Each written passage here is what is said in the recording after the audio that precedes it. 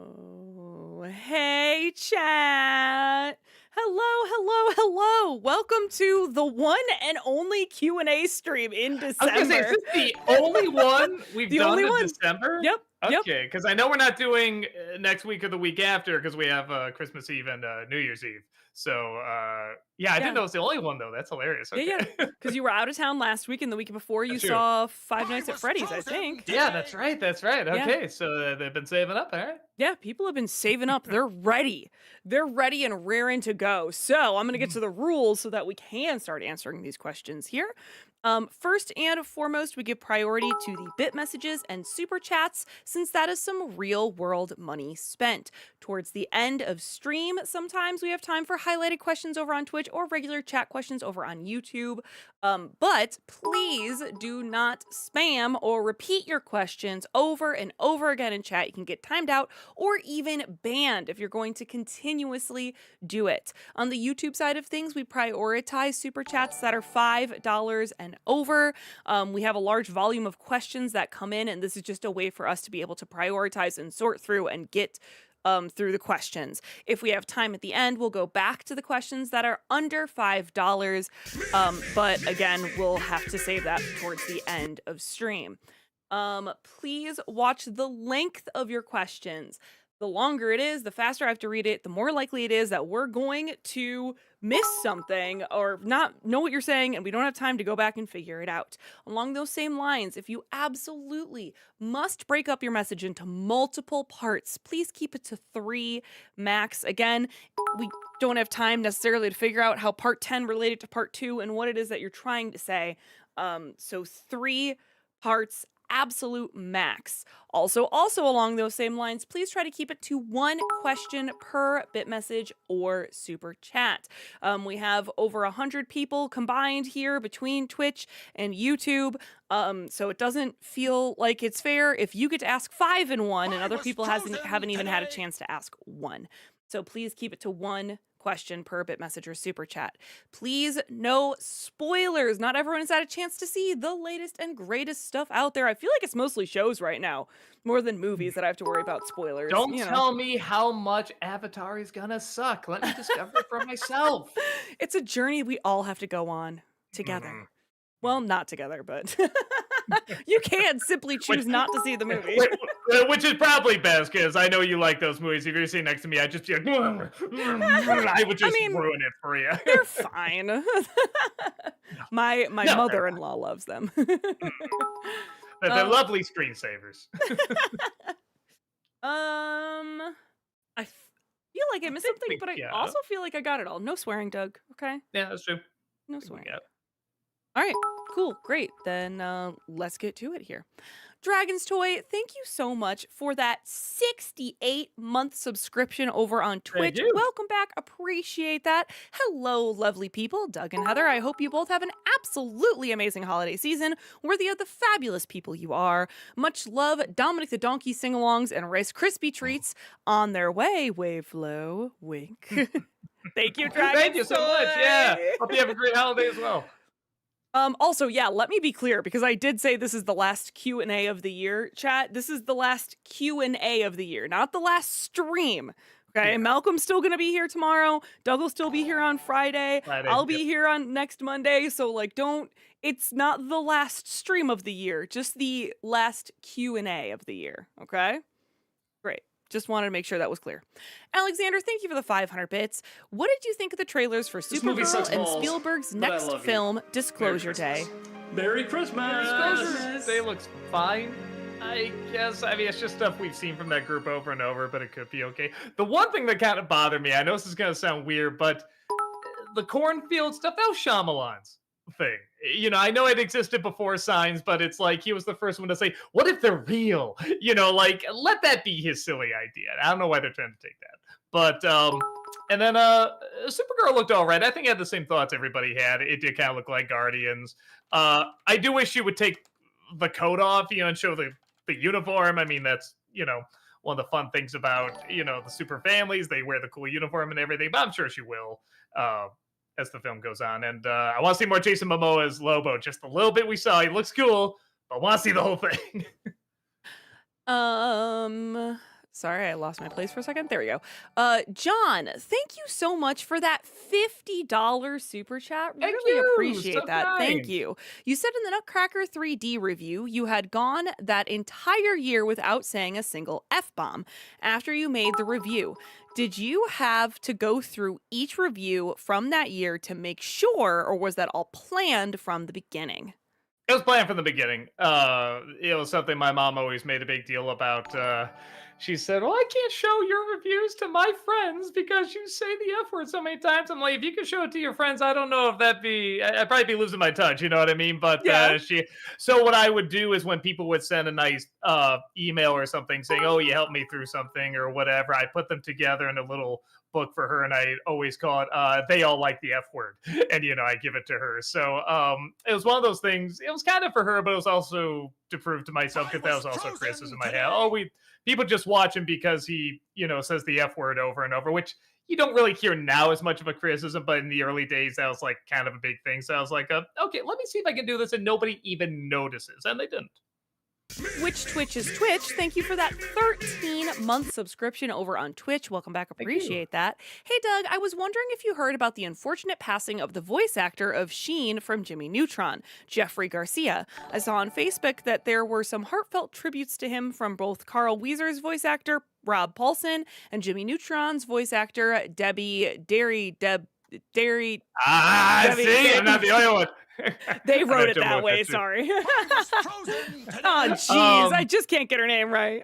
Debbie Derryberry. Ha! I got it. Finally got it. No, I feel like I've heard this name before too. I mean, okay, I see who he voiced in Jimmy Neutron, but okay, a few other little voices here. No, I didn't know that. I'm very sad to hear that. I'm so sorry. Sonic, thank you for the $5 super chat. Still no Disney December on 102 Dalmatians? Nope. Just too many other things got in the way. I'm not gonna lie, it's not high on my list. I do always have it on there, but usually when other things sort of pop up, like, oh, I should probably talk about that, or Disney does do new things every year. Suddenly I'll get like a passion to talk about. Somebody give me Geppetto at a convention, and as soon as I watch it, I'm like, I gotta do a Disney December on this. So I'll probably get to it someday. Dev the Wiser, thank you for the 500 bits. Have you seen Mrs. Claus 2018? And if so, what are your thoughts? I don't know if I have Mrs. Claus 2018. I already love this cover. No, I feel like I'd have to check this This movie out. sucks This looks balls, fun. but I love you. Jager, Merry thank you for the $5 super chat. Hey, Doug, if you can name them, what are 5 fantastic moments from Christmas Carol film adaptations in your opinion? Scrooge counts. When Bob Cratchit has to look Scrooge right in the face after Tiny Tim dies in the Jim Carrey one, that was great. George C. Scott looking his father in the face and he can't see him, that's another great one. Yeah, that's 2 of the great moments right there. I love in the George C. Scott one when he says, she says, "You made us so happy." He says, "Have I?" That great acting there. I love in the Alistair Sims. I love when he gets angry that he's so happy. I don't deserve to be so happy. That's a great scene. I love the song Link by Link in the Kelsey Grammer one. Is that 4 or 5? I haven't been keeping track, so. And I think I just like the way they do the final ghost in the Alistair Sim one, just being the hand. I thought that was so simple but so clever. A lover of cinema, thank you for the 500 bits. Recently, I checked out the Grinch horror parody, The Mean One, for the first time. While I can't say it's good, I will give it this. It's a better live-action Grinch movie than the actual live-action Grinch movie. I might agree with you, though the funny thing is the original live-action Grinch movie might be scarier. Alexander, thank you for the 500 bits. One idea I have for a background gag in Zootopia 3 would be showing a poster of the producers musical with a lion and meerkat as the stars. Maybe call it the Pride Deucers. No, it's got to be. Oh, no. You're right. Yeah, it had to be Lion because of Matthew Broderick. Yeah, no, that's really good. That's a really good show.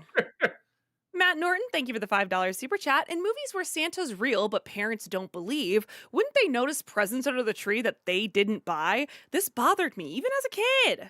As a kid, that bothered me too. As you get older, you kind of just go, "Oh, okay, that's just part of it." It'd be funny if somehow they brought it up or they worked with it into it joke. But yeah, I've never seen them do that. Nerdy, thank you for the 500 bits. NC review on Frankenweenie? Uh, Maybe I found I actually have a lot of other Tim Burton Halloween movies to do before then because he's done a lot of them. Some good, some bad.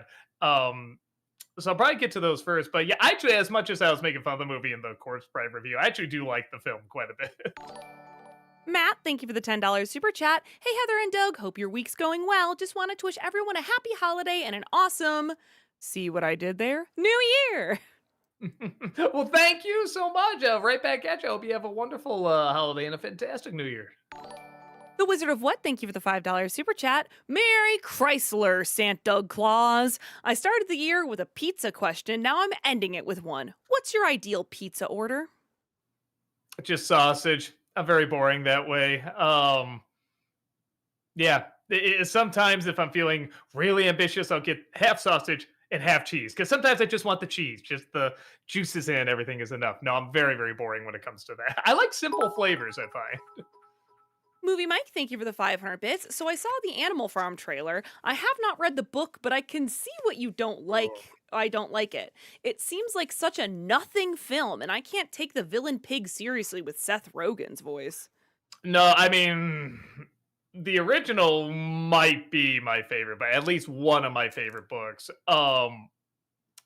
You should read it. It's not a very hard read. It's very quick. It's very direct. It's very simple.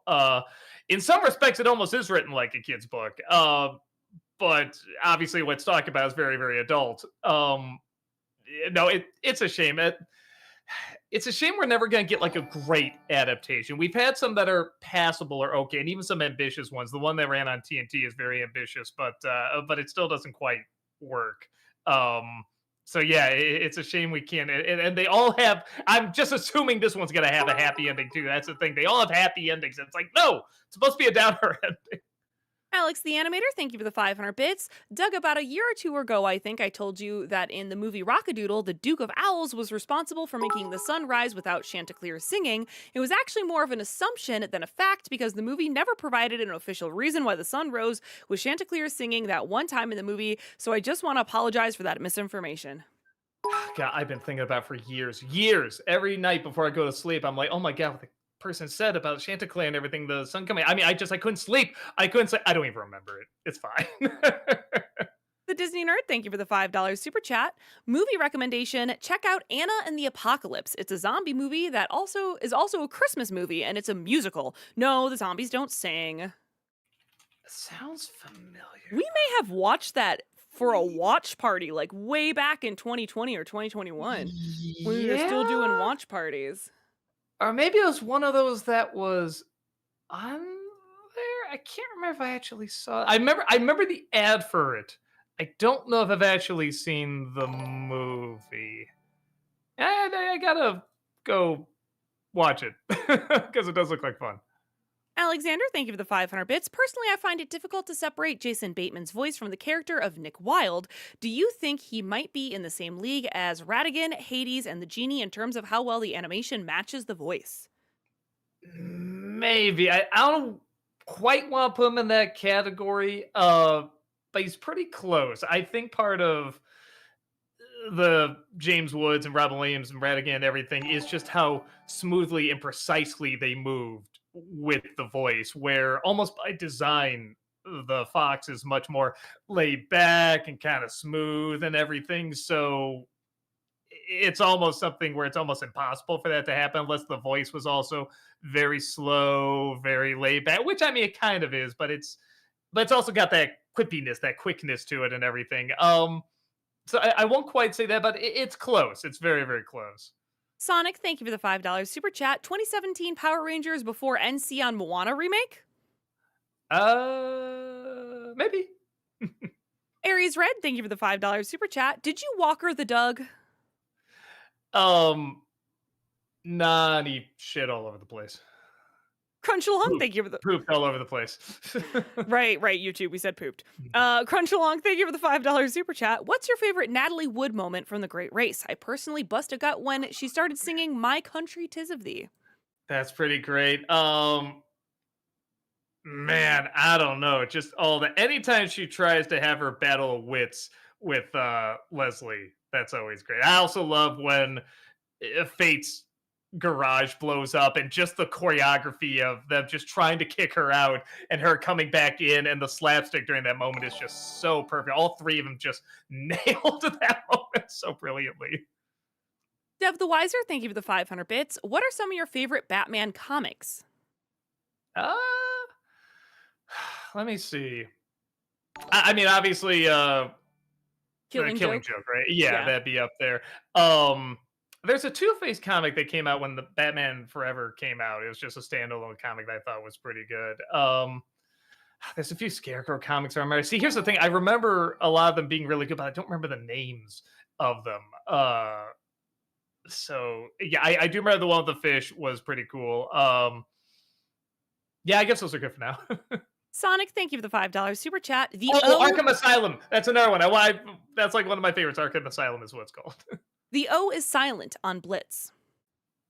Yeah, I know. I think some people were even saying, like, can you believe he said Blitzo? And I was just like, I was always so confused because I'm like, I hear them saying Blitz, but then I always see Blitzo when spelled out. And I think I thought it was just like an abbreviation or something like that. And I guess somewhere in one of these episodes, he says that the O is silent. So I always thought Blitz was like a nickname. So yeah, I missed that. Sorry. Too bad Waluigi time, thank you for the £5 super chat. Why did you stop making old versus new videos? They just took too long. It's the same thing with top 11. I did another top 11 video this year just to see if I could because the fatigue has been getting a little better, and it still took a lot out of me. I think especially with the fatigue, it's weird because the fatigue itself is getting better, but it is kind of messing with my ADHD a little bit. And there's something about when I get one done, just seeing 10 more and then 9 more and 8 more. It just always looks like so many. So it's the same thing with the old versus new. When I get one done, there's still like 5 sections left. I'm just like, oh, where when I'm just editing, usually it's kind of good just getting to the halfway point, like the commercial in the middle, and then returning to it the next day. That's a little easier for me. Obro Productions, thank you for the $10 super chat. If you want to see and short and sweet Christmas special, I recommend the Billy and Mandy Christmas special. It features talents such as Malcolm McDowell, Carol Kane, and Gilbert Godfrey as Santa. Oh, good people. Yeah, I haven't seen much of that show, and I should. A lot of people have said it's really good. I'm sure it's on HBO Max or something like that, or maybe not. They took off a lot of their animation, but yeah, I'll try to get around to it. Deb the Wiser, thank you for the 500 bits. Did you ever read the sequel novel to Kill a Mockingbird? And if so, what are your thoughts? No, I remember hearing there was one. I probably should. That'd be interesting to read. I'm assuming it's not as good as the first one, but I'd be curious to read it. Alexander, thank you for the 500 bits. Have you watched Noah Baumbach's I'm so sorry. Latest film Jay Kelly. It has great performances by George Clooney and Adam Sandler. Uh, no, It's funny. Sandler looks fine, and Clooney didn't look that great, which doesn't mean that's what the movie's going to be. It could be, totally fine or terrible. Could be anything. So I should probably give it a chance. Ice Luigi Star, thank you for the $7 super chat in honor of the late Rob Reiner. Could we get an NC review of his role in All in the Family or movies like Stand By Me?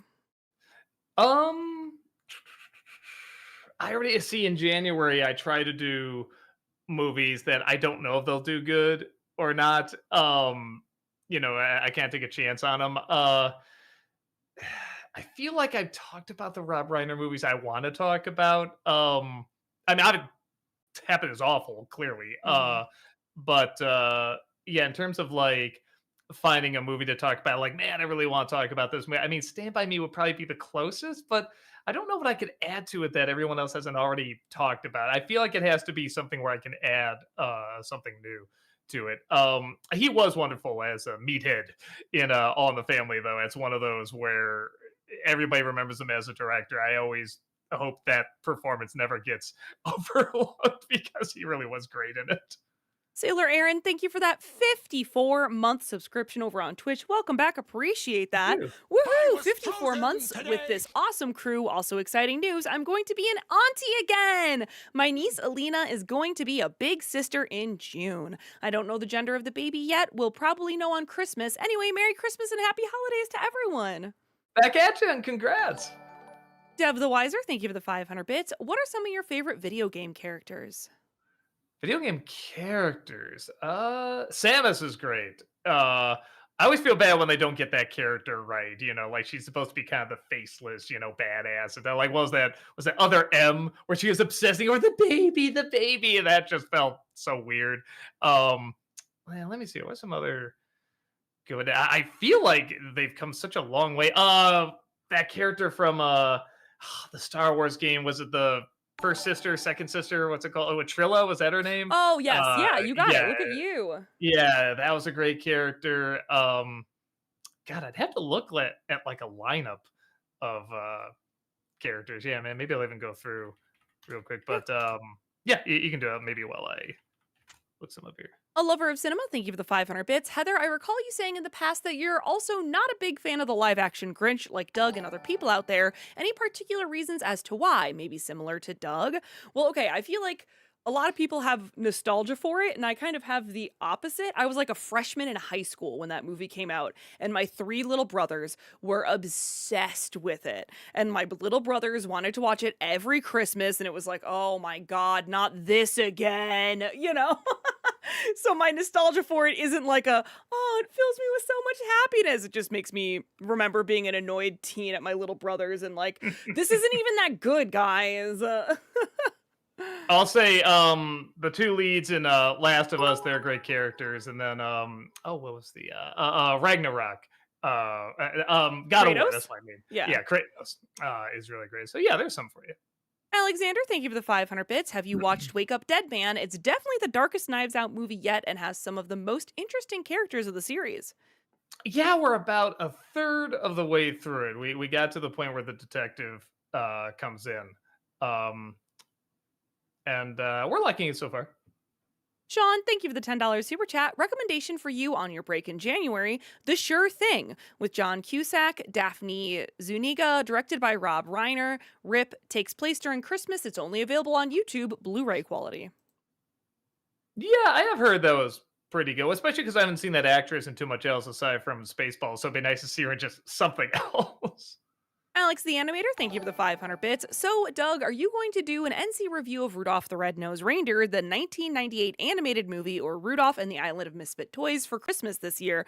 If not, I hope you consider reviewing them for next Christmas. Also, did you that the Geico Caveman had his own TV sitcom and Flo from Progressive was in it? I did somewhere while I was looking up info on it. I saw that and I was kind of like, do I make a reference to this? I just couldn't find a way to slip it in, so I didn't, but I did see that. And no, I'm not able to get to those this year. There's a couple of, though, like the stop motion movies I was looking at too, though I know 98 is a hand-drawn one. But yeah, I'll probably get to some of those at some point. Blonde Adult, thank you for the 500 bits. A Soy Jack Nostalgia Critic screams to Phil Collins, no, you can't just play a bunch of Phil Collins songs over the movie as a soundtrack. It should be the character singing. Also, South Park should have won the Oscar. A Chad Phil Collins responds, son of man, look to the sky, lift your spirit, set it free. No, if you want a Chad Phil Collins, you go, who are you? There you go. That's the most Chad thing you could say. Movie Mike, thank you for the 500 bits. In Simpsons, what's your favorite Flanders episode? I kind of like the Leftorium one. That might have been the first one where it really kind of focused on him. I do like the one where he cracks too. A lot of people like that one. It's just funny to see him go off the rails. Yeah, so those are good. Dev the Wiser, thank you for the 500 bits. Have you seen Shadow and Bone 2021 show on Netflix? And if so, what are your thoughts? I don't think so. Let me see. Shadow and Bone. It sounds familiar. No, actually, maybe it. Maybe I saw like an advertisement for it, but no, I never have. I'll try to check it out. JL, thank you for the 500 bits. I really wish Kingdom Hearts had a rewind feature in the game. Dying is tough. I mean, a lot of games, probably. But what drove me nuts was when I was playing that one that took it was a boss that took the whole stream. I remember, I think it was in Kingdom Hearts 2. Uh, it wasn't that though. It was rough. It was that I always had to start back several feet. I always had to fight a Oh, few yeah. enemies to get that. That was what was killing me and driving me insane.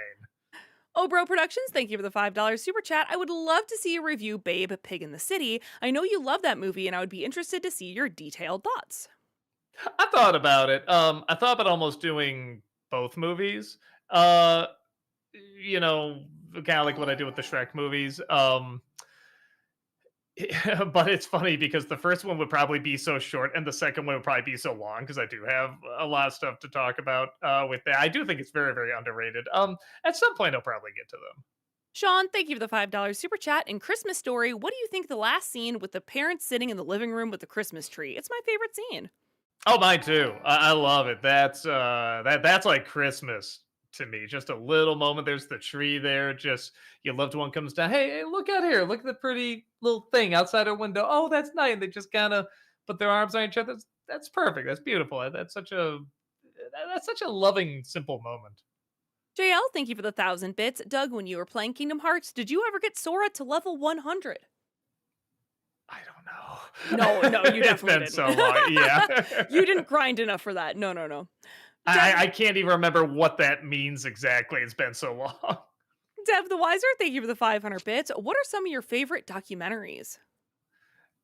There's one called Vincent. Actually, I was talking to Billy Zane about this, but we were talking about biographies that do something a little different because he was in the Brando one, and he was saying in that 5 year span, he feels like they really got what the guy was about. I brought up this one about Vincent Van Gogh where they just show places where Van Gogh was, and they read excerpts from his diary, and it's John Hurt reading, which I'm sure sounds nothing like the real Vincent Van Gogh, but he just read it so passionately, and even though they don't go into exact details about what's going on in his life, you feel like you got the guy, you figured him out, and it was just a very unique way of doing it. It is under the documentary genre.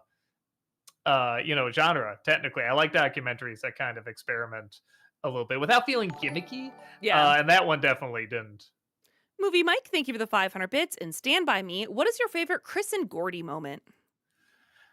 See, it's been a while since I've seen that. I gotta look up which ones they are. On Chris Gordy, Stand By Me. Oh, like the main two. I like when he breaks down. And he's kind of holding him there and said, I thought that was very, is that just the acting, almost the what am I looking for, the just the totally different performances. I mean, one is just really letting go and the other is just so straight face, and they really complement each other very well, I felt like. Trip, thank you for the $5 super chat. Why is this your last live stream of the year? Also, how's Tamra? Tamra's good. I talk to her every week. She's great. She's excited to hang out for the holidays. And this isn't the last live stream of the year, just the last Q&A. So Q&A. we'll still be here on Friday, and Malcolm will be here tomorrow. I'll be on Monday, so it's just the last Q&A because next Wednesday is Christmas Eve, and then it's New Year's Eve after that. And we have plans and family to see. Maggie, thank you for the $5 super chat. Did you watch Welcome to Derry? If so, what do you think, or when is the review?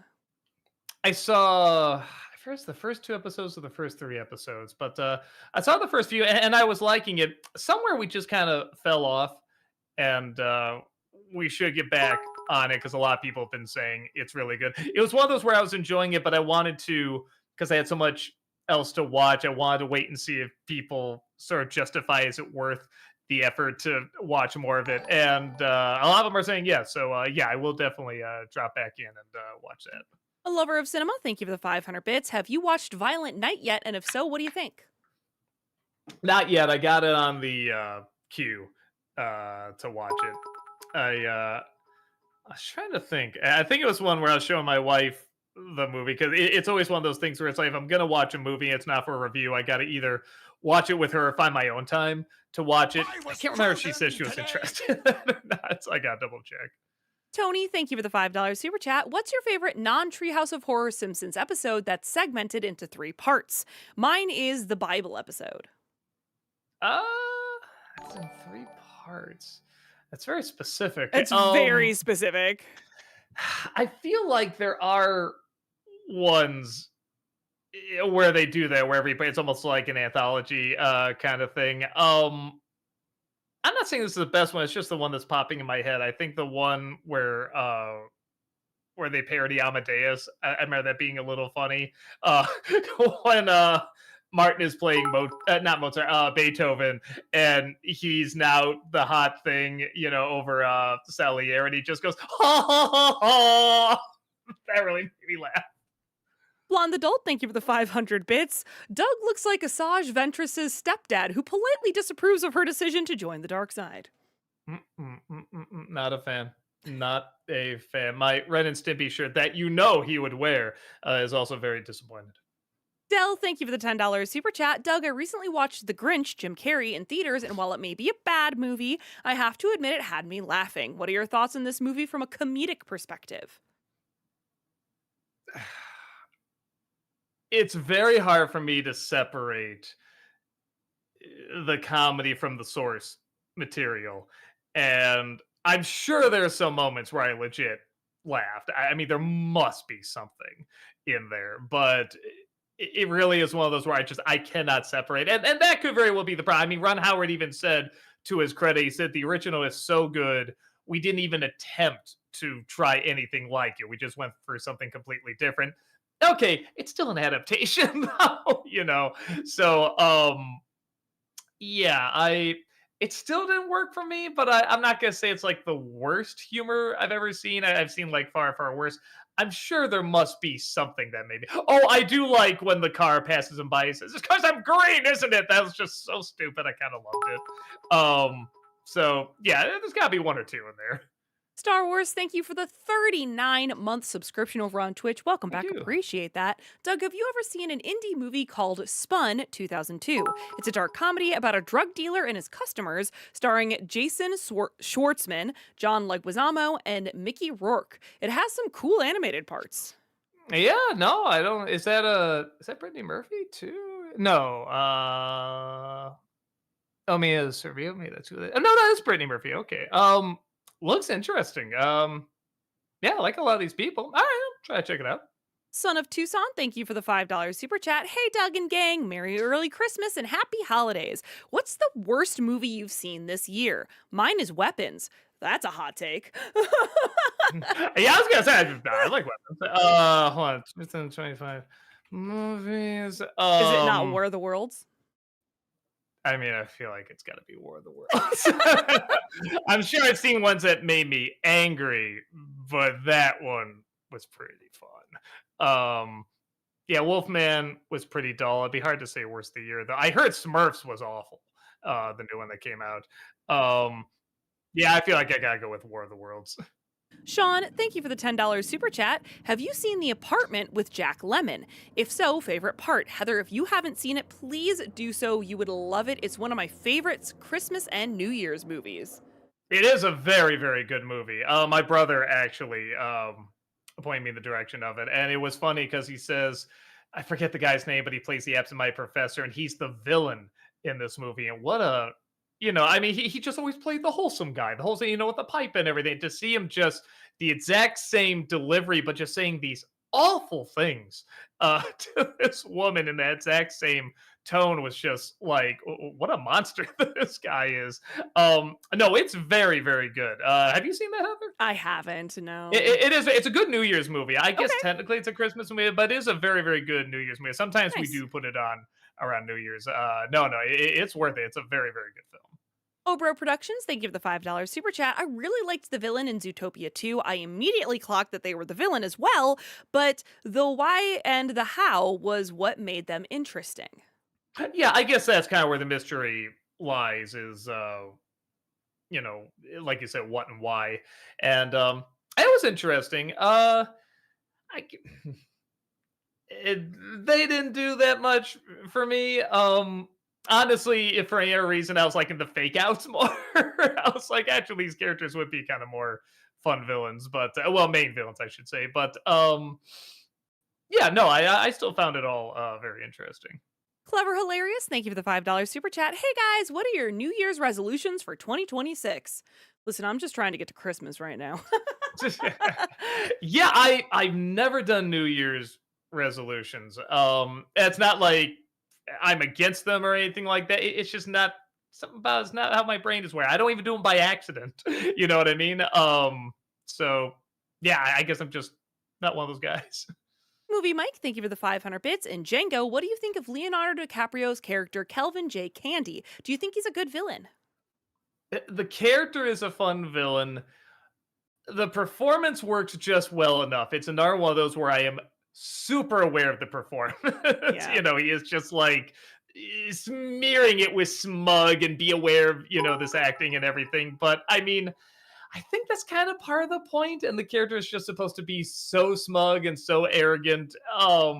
Especially for a film that's supposed to be, sort of an exploitation vibe movie. And I think it's fun. It's very enjoyable. Noah Zinner, thank you for the $5 super chat. Doug, thoughts on Stranger Things 5 so far? I haven't seen. I'm not going to watch it until it's all out, which is probably not wise. I probably should watch it in chunks because I'm sure. Are they doing the same thing where every episode is like the length of a movie, or no? Some of them aren't quite an hour and a half. Some of them are only Okay, about okay. 50 minutes to an hour. All right, and maybe I should. Actually, the more I think about it, start watching them.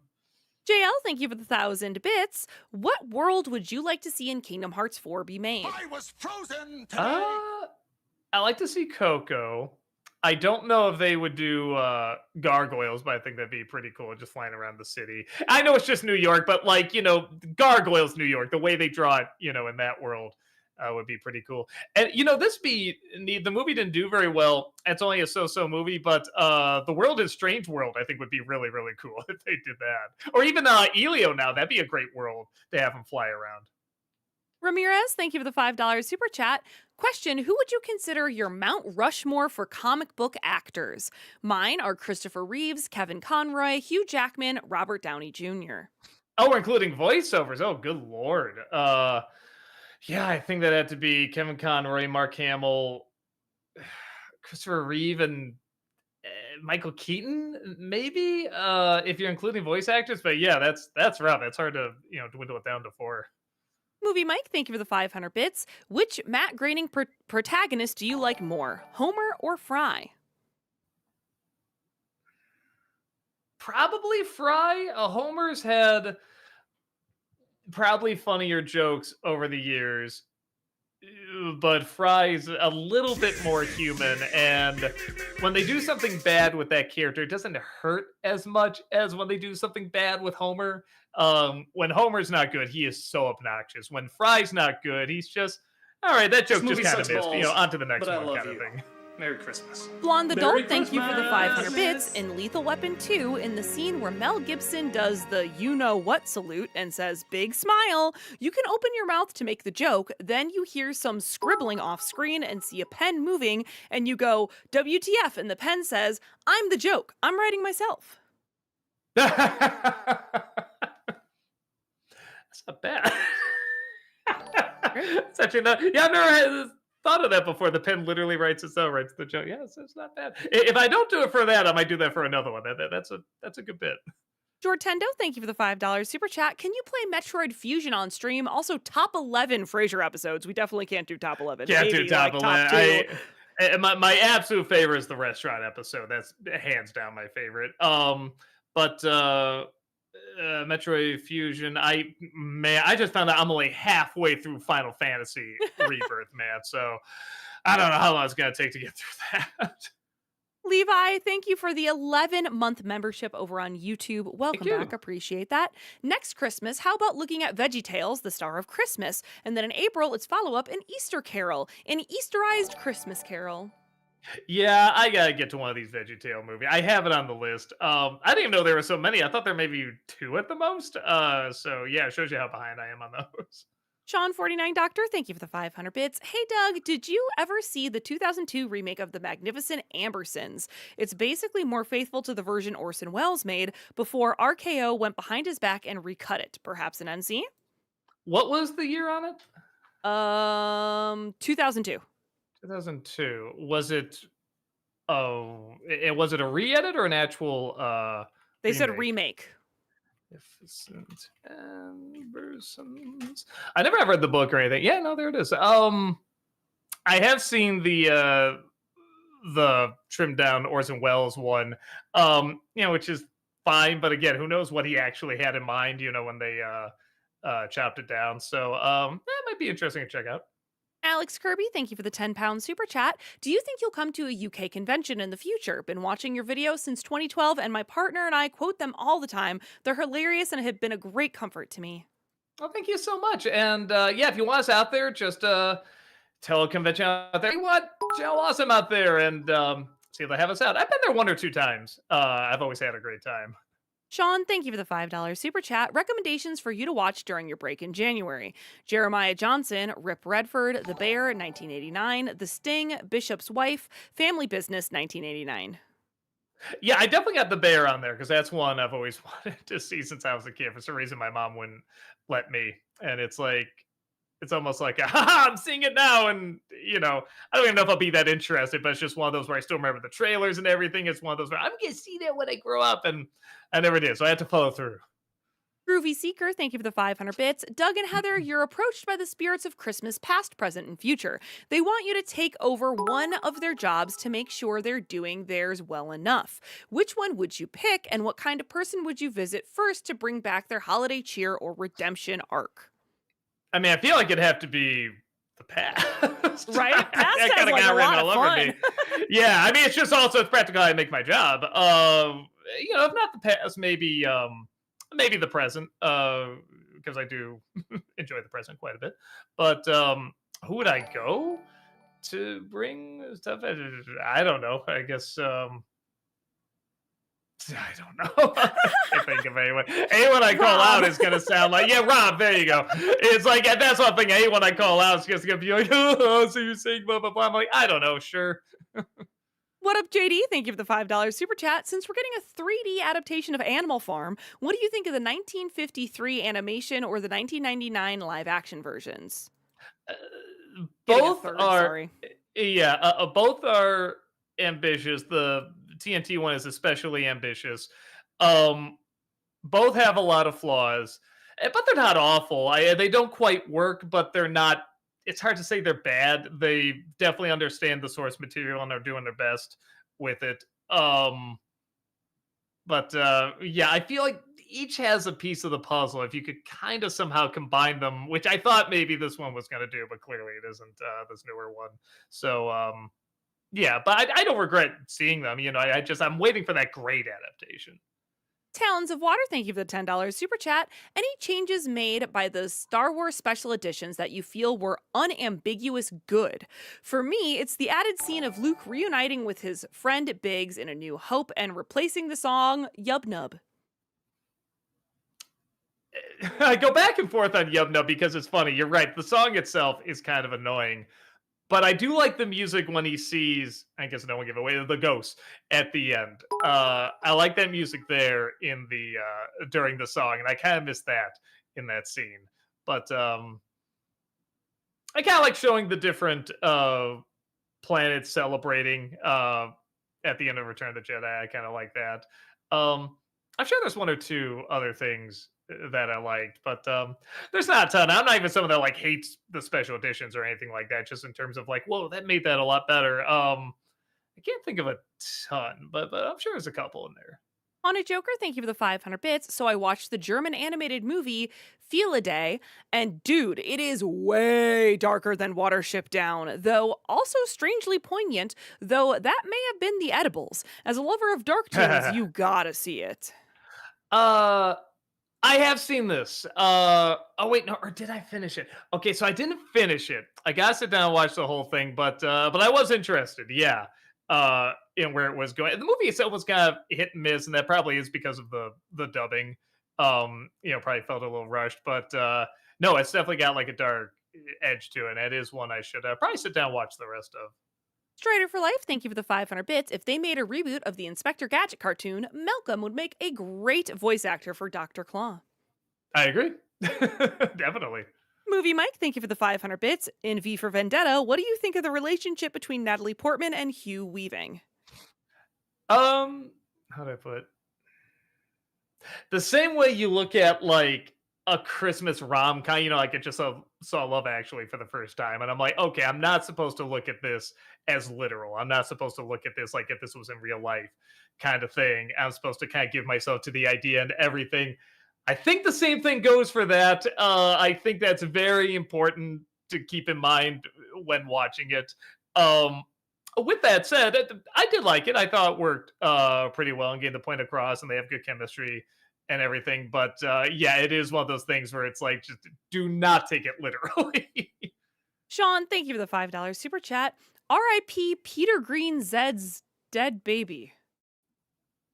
Okay. Great. Droid, thank you for the $5 super chat. What are your real thoughts on Master of Disguise and Dana Carvey in general? Dana Carvey's not bad. I don't think I quite got into him as much as everyone else did when he was like a huge big deal, but I like him. He clearly has a lot of talent and everything. Master of Disguise is not a good movie though. It's really really bad. I do like that the one fart joke. Really, that was kind of my thought going through the movie, is that, oh, that's actually kind of funny, and then it got lame, and that almost started to come back. There almost was like a journey with it, but it's a shame because he's talented enough where I feel like there could be a good movie utilizing all the different impressions and everything. And yeah, it's a shame he never quite got it. Noah Zinner, thank you for the $5 super chat. Doug, I'm begging you to watch the Borrowers movie 1997 this January. It's the most nostalgic film of mine. I got it on the list. I'm gonna see if I can get to it either January or February. Dylan, thank you for the $5 super chat. Don't know if this has been asked yet, but in light of his passing, favorite Rob Reiner film? Um, Probably Princess Bride. I feel like I'm missing another obvious one though. Hold on. I feel like when I was going through the list of movies, I was like, oh yeah, that obvious one. I couldn't remember what it was. I mean, Spinal Tap. I can talk is obviously pretty great, but I feel like I'm missing another really obvious one. Oh, Stand by Me. Oh, Yeah, I didn't realize that was the one you were just talking missing. about that. Yeah, yeah. And maybe that's kind of a sign of how good it is that I kind of forget it even is him. It's kind of Yeah. its own unique style. So yeah, probably that's probably his best. Jace, thank you for the $5 super chat. I'm back. Read one review this Christmas. Next year, you should review a film, no joke, worse than Holiday in Handcuffs, the live action Year Without a Santa Claus. Okay, maybe I'll check that out. And I already got the Christmas reviews planned for this year, but I do have read one on the list to get to it at some point, so I probably will. Loopy Shot, thank you for the $5 super chat. What did you think of Violent Night, the Christmas movie? I feel like while naughty and even a bit cynical, it still had a heart that couldn't be denied. I haven't seen it yet. I want to see it this year, especially because I found out there's a second one coming out next year. So I'll get around to it. I don't know if I'll be able to see it before Christmas, but that's the nice thing. Even after Christmas happens and I take time off in January and everything, I still kind of keep it going. I'll just so I don't feel stressed out to watch all the stuff before Christmas time because it's still snowy, it's still cold, it's still all that stuff. So I'm just like, all right, I have a recording of Christmas songs, I have all the Christmas specials ready to go. I still have a ton of Christmas treats and everything, still around, and some food and everything. So yeah, I'll either see it a little before or a little after. Brett, thank you for the $5 super chat. Top 3 John Candy performances. Planes, Trains, Automobiles, obviously. I don't like. I was gonna say I don't like the movie Uncle Buck, but that's not true. I don't like the daughter in that movie. I think she's way too mean. But I like him. He's still a great character. And man, outside of that, it's like they're all so good. It's just so hard to pick one that's like, outside of those, that's so fantastic. It's such a small role, but I loved him in Home Alone. I just love the little improv that they did. I mean, he just steals the show in those little moments. Dylan, thank you for the $5 super chat. Thoughts on Uncle Buck? Well, there you go.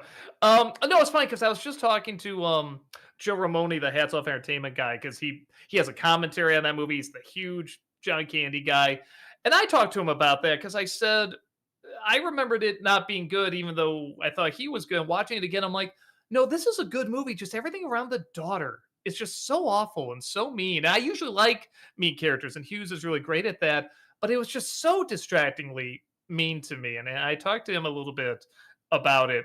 And he definitely got where I was coming from, but he was saying that for that art to work, she just had to be in such a terrible place for her to come out of. And I'm like, yeah, but man, they really did not do much in finding the sympathy for her, I felt. Outside of that, I do like the movie. I don't love it, but I do like it. And again, he's always fantastic.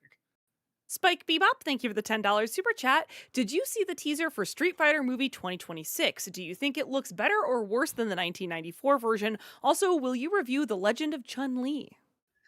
Yeah, I should. That's another one I have on the list. I've never seen it, but I should get around to it. Maybe I'll review it when the new one comes out. I thought the teaser looked like fun. It's nice to see actual street fighting in a street fighting movie.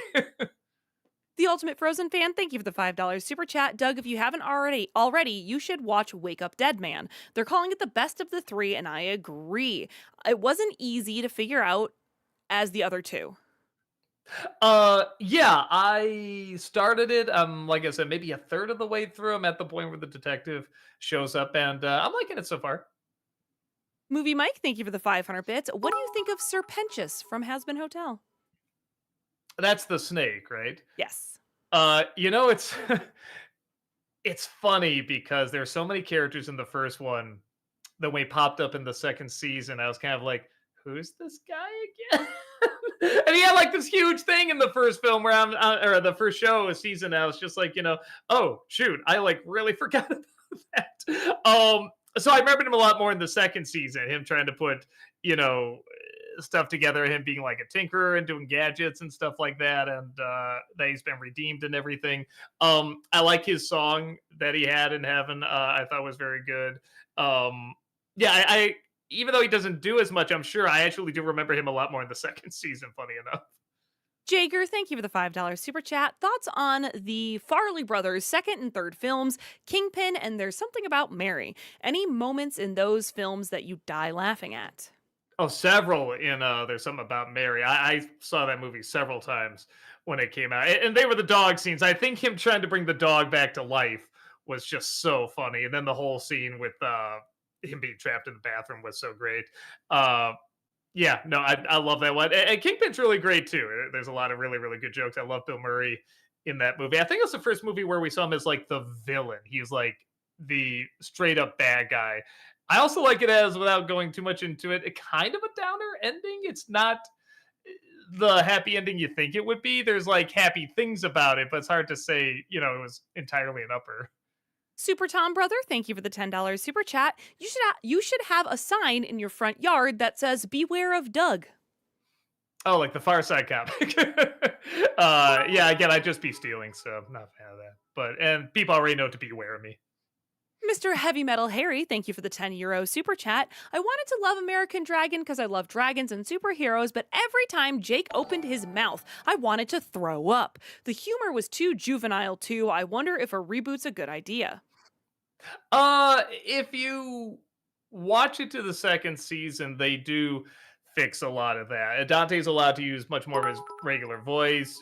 They tone down the catchphrases a lot in the second season, to a point where they even kind of make fun of it. And I really am wondering, were they told by Disney to, make him talk like the kids do, kind of thing? But it is a kid show first. I don't know how much there is for people my age, or even older kids, but it wasn't bad. It was a good show. There was good stuff that happened. There's some good twists and turns, and there were some legit funny moments too.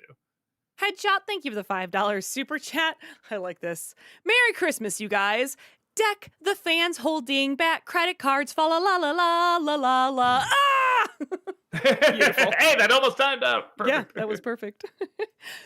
Ultimate Frozen Fan, thank you for the $5 super chat. Doug, you should really give Big Daddy another chance for NC. It's my favorite Adam Sandler movie, and the jokes are hilarious. Makes me laugh every time. Yeah, I should watch it again. Again, I'm trying to think if I actually did watch it all the way through. Like in order. I think I always saw it on TV. Yeah, I probably should. Movie Mike, thank you for the 500 bits. And Emperor's New Groove, what do you think of Pacha and Cusco as a duo? Um, all right, I guess there was a few good twists and surprises with when they would kind of backstab each other.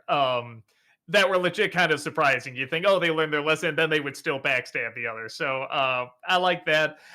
Honestly, everything else is kind of just standard for a team up with that. But but they're not bad. They're not like something where I'm annoyed watching them necessarily. And I usually am not the biggest David Spade fan, so I think that's saying something. But they're not like among one of my favorite team ups or anything. Methuselah, thank you for the $5 super chat. Time to get serious and think about the future. When is the live action remake of Santa Quits coming? If you gave the rights to Disney, it'd be tomorrow. That I'd be okay with because it would get more attention on it and everything. But I say that, but at the same time, I didn't promote it super hard or anything like that. I just want the story out there. It's a story I really like. I wrote a long time ago, and I'm like, how's nobody done this yet? Where goes this, this angle and everything? And I'm just like, I gotta get this out before somebody else takes it because that's always what happens when I take too long on something. Is that I spend a lot of time, I try to get it good, and then it's made like as soon as I finish the script, pretty much somebody else makes it, and without knowing that I was working on something similar. So I'm glad I got it out. Sean, thank you for the $5 super chat. Have you watched Christmas Carol Goes Wrong? Favorite moment? Mine is whenever the Bob Cratchit actor has to read his lines on objects. Uh, no, but that sounds like fun. I probably should. Yeah, because I'm such a sucker for Christmas Carol. That sounds like something I'd really get into. AOTV Productions, thank you for the $5 super chat. On December 19th, SpongeBob will face his toughest challenge yet Avatar Fire and Ash. I'd choose him over Avatar any day. I probably would too. I mean, we'll see. Maybe it'll be great. I'm not hearing that great, but maybe it will. The Wizard of What, thank you for the $5 super chat. One thing that I hated about Nutcracker 3D, aside from the scary YouTube imagery, is the Snow Fairy. Something about her attitude grinds my gears. I was so distracted by everything else in that movie. That was probably the last thing I noticed. But I'm sure if I went back and watched that character again, I'd probably agree with you. Wizard of What, thank you for the $5 super chat. Oh, this is a part two. Like when Mary tells her that she reminds her of his mother, the way the fairy says, "But I'm not," with a smile, just rubs me the wrong way. I gotta watch it again. It's been so long.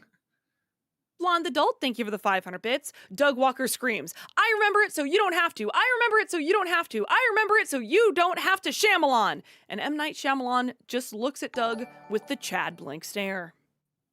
Um, like the blank stare I'm giving you right now, I guess. Truth, Hope, Love, thank you for the $5 super chat. What do you think of Tarantino's comments on Paul Dano, Owen Wilson, and Matthew Lillard? I only heard the Paul Dano one, which is weird. Oh, really? Yeah, like he just out of nowhere, he said he almost would say There Will Be Blood is like one of the great movies, which is also a little weird. I like that movie, but it's a little weird. He's like, but Paul Dano holds it back. He is just so not up to the challenge. He's just terrible. He's one of the worst actors I've ever seen. I'm like, random, it's Yeah. like I was fine in that movie. So a lot of people came to his defense. I think he even walked back some of those comments. He's like, okay, actually, either watching it again or watching some other movies with him. Yeah, he's really talented. Blah blah blah.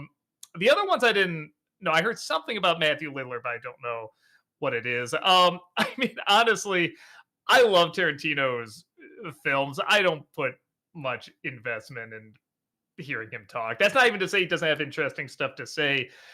He just he's a little grating on me whenever I hear him in an interview. And I know this is coming from a guy who also talks very fast, high pitched voice. I get it. I think what I am maybe to other people, he kind of is to me, if that makes sense. But I still love his movies. I always look forward to him. But yeah, he's a little much for me in person or even just in interviews. AOTV, thank you for the $5 super chat. Joseph Gordon Levitt said Angels in the Outfield is very dear to him and had fun making it. It was also his first movie. Cool. That's awesome to hear. I do want to say anytime, I might not like a movie or even bash a movie or something like that, that doesn't reflect the production or what was going on while making it at all. A lot of people say some of the best moments in their lives are filming movies that are absolute trash, but everyone got along really well, and all that stuff. So yeah, that doesn't necessarily mean one justifies the other, or one is connected to the other in terms of like if they have fun making it, it's a good movie, or you have to have a bad time making it to make a good movie. Yeah, like none of that's true. All of it has a bunch of variations, so that's great to hear. Truth, Hope, Love, thank you for the $5 super chat. I know you said Bowser Jr. does nothing for you, but wouldn't it be funnier if an actual child voiced him? Probably, maybe I just gotta. Where'd he come from? Where's that character from? Is that Sunshine or is that Galaxy that he's from? I don't think he was originally like first debuted in Galaxy. I don't know what his first. You talking about Bowser Jr., right? Yeah, I don't know what maybe, game he originally debuted in. Sunshine. All right, maybe thank you, chat. Sunshine. Yeah, because I played a little bit of Sunshine, but not all of it. So maybe I just gotta go through the whole thing and kind of see what he's about. You know what I mean? Because every time I see the character, I'm always like, but we had Koopa kids already, and they were great. Why is there, Roy and Ludwig von and Wendy, and then just Bowser Jr.? Like what? So I don't know. He didn't seem to have that much personality to me, but again, maybe I just haven't played the right game with him. Movie Mike, thank you for the 500 bits. And Stand By Me, what do you think of Kiefer Sutherland as the bully? Do you think he's a good villain? Yeah, it's another one of those. He does a good job. I still don't like that archetype the way King does it in those types of movies. I think they're kind of boring, but he plays it very well. And it could be, I don't know if he played that. I think he played that before The Lost Boys. Uh, so I feel like maybe I'm kind of drawing from both of those performances and they kind of feed into each other because I did like him a lot in The Lost Boys. So maybe just a little bit of that is kind of bleeding over into Stand By Me. Because he didn't bother me that much. It's just more just like they are just here to be the bad guys, and I just find that so boring. Even though they're very threatening and very intimidating, but yeah, that's just kind of me. But at the same time, he did a good job. All the actors did a really, really good job.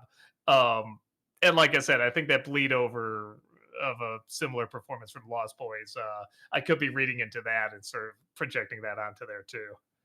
Truth, Hope, Love, thank you for the $5 super chat. Kind of wondered if they cast Junior as an adult out of fear of child abuse backlash, as the Mario Bros will eventually have to beat him up.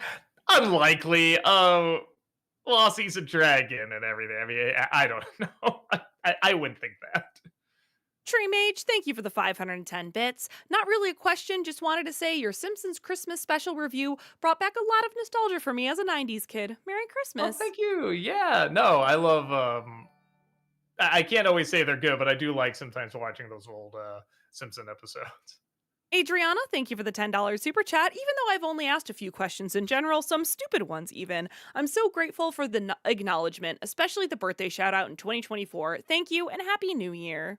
Oh, back at you. Yeah, there are no stupid questions, only stupid people. No, no, what was my thing? There's no such thing as a stupid question until you ask it. So yeah, no, don't worry about that at all. No, I love doing these Q&As. I love hearing the variety of different questions that people ask. AOTV, thank you for the $5 super chat. Joseph Gordon-Levitt also enjoyed working with Danny Glover, Tony Danza, Christopher Lloyd, and director William Deere on Angels in the Outfield. Cool. That's awesome to hear. Shouting Joker, thank you for the 500 bits. I hope I can say this, but this whole Rob Reiner situation is very upsetting for many different reasons. Yeah. I agree. I mean, yeah, just can't disagree with that anyway. Strider for Life, thank you for the 500 bits. What are your thoughts on the trailer for the new Michael Jackson movie? I mean, it's only a teaser, so I couldn't get, like a huge read on it, but I mean, it looked fine. I'm of course going to have some questions about what they're going to dive into and how they're going to dive into it because that's like is that his son or like his nephew? I forget. It's someone related to Michael Jackson, right? That's playing him, I think. I'm not sure. But so a part of me does kind of go, well, all right, well, what are they going to dive into? But the story is interesting. There's a really good miniseries on the Jackson 5 years ago. I want to say it was in the 90s. And just the story of the Jackson 5 was fascinating. So yeah, it's not like there's a shortage of material for it. So I'm interested, definitely. Chad is saying it's his nephew. Nephew, okay. Yeah, so of course I'm going to be like, well, even if the person wasn't related to him, it's like, how do you dive into some of these things that we do and don't know, things about? What angle do you take? How do you show it? How do you not show things? All these things. It's just like, yeah, how do you?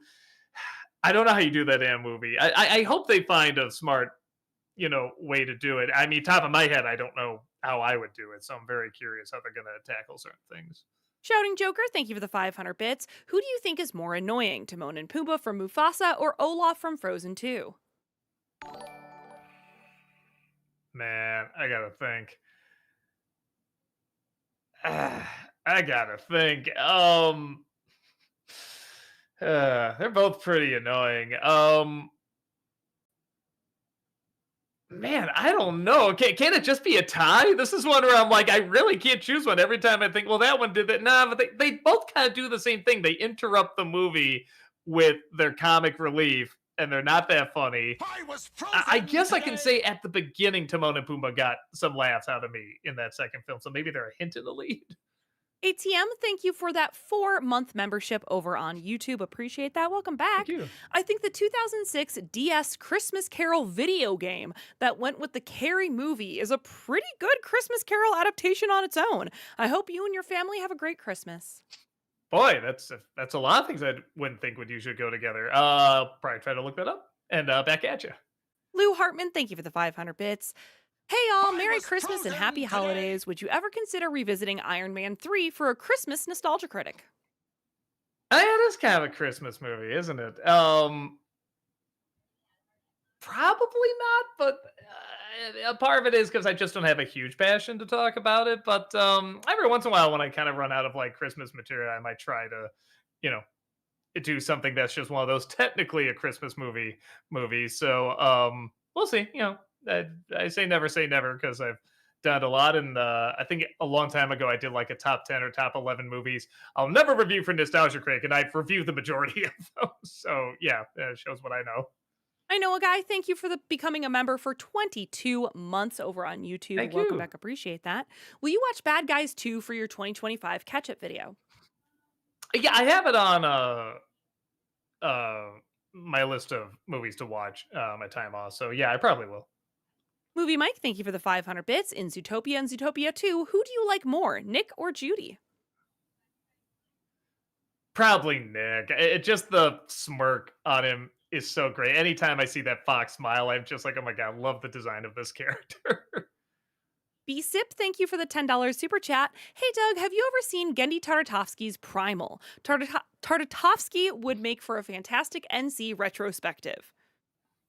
Yeah, I don't usually have time to do retrospectives. I tried them and I was liking them quite a bit, but they just took so much time, and for the views they got, it didn't seem worth it. But I have seen Prime. I like it quite a bit. I was actually shocked to see there's going to be more. I don't know why. I guess I thought the last season was wrapping up, but I guess there's more. So it's really cool to see.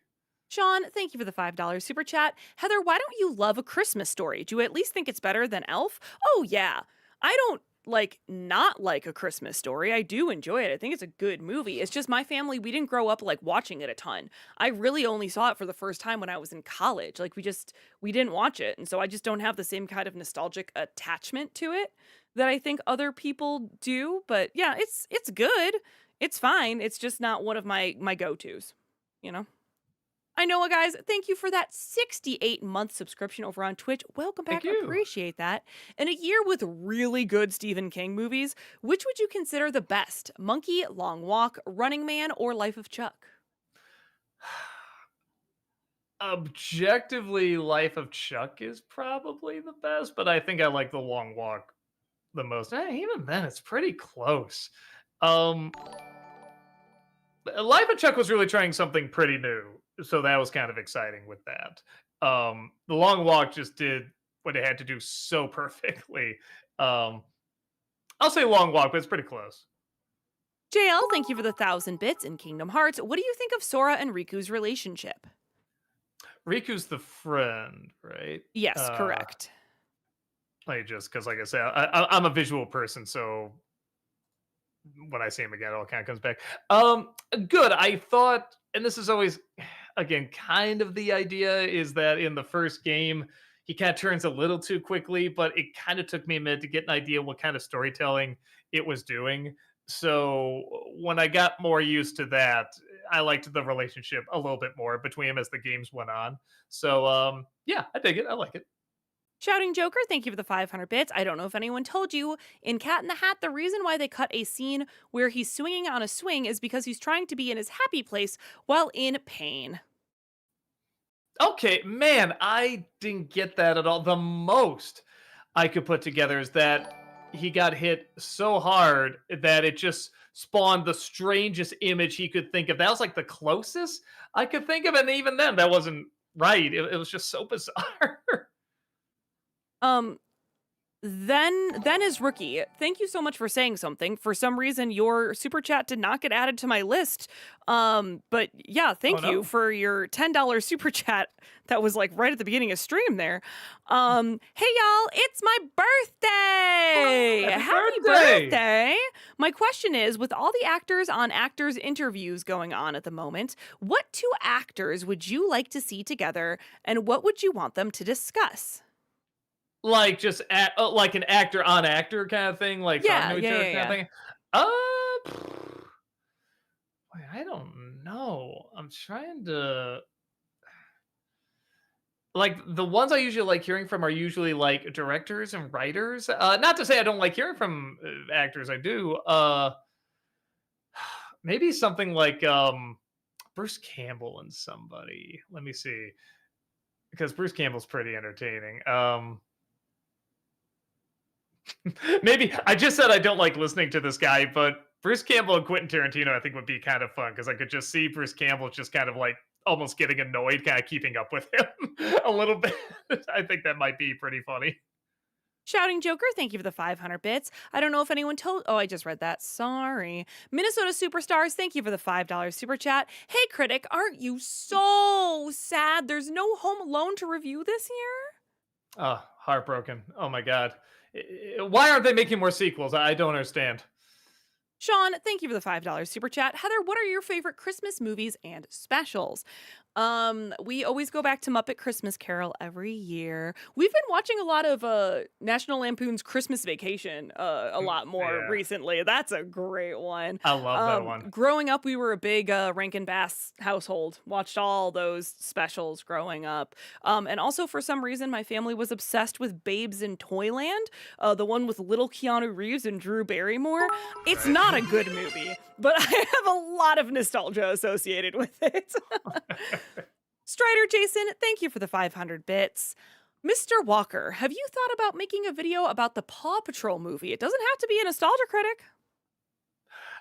I don't know much about. I'll say this: Rob and Brad had to see it for a midnight screening, and they were like, "For what this is fine." And they thought they were gonna be really annoyed by it. And they're like, "No, no, for kids, this is cute," kind of thing. So, I don't know if there's that much of a passion to talk about. It had to be something where if like people were just demanding, that I talk about it, then I would. But yeah, I don't have too much of a passion to discuss it.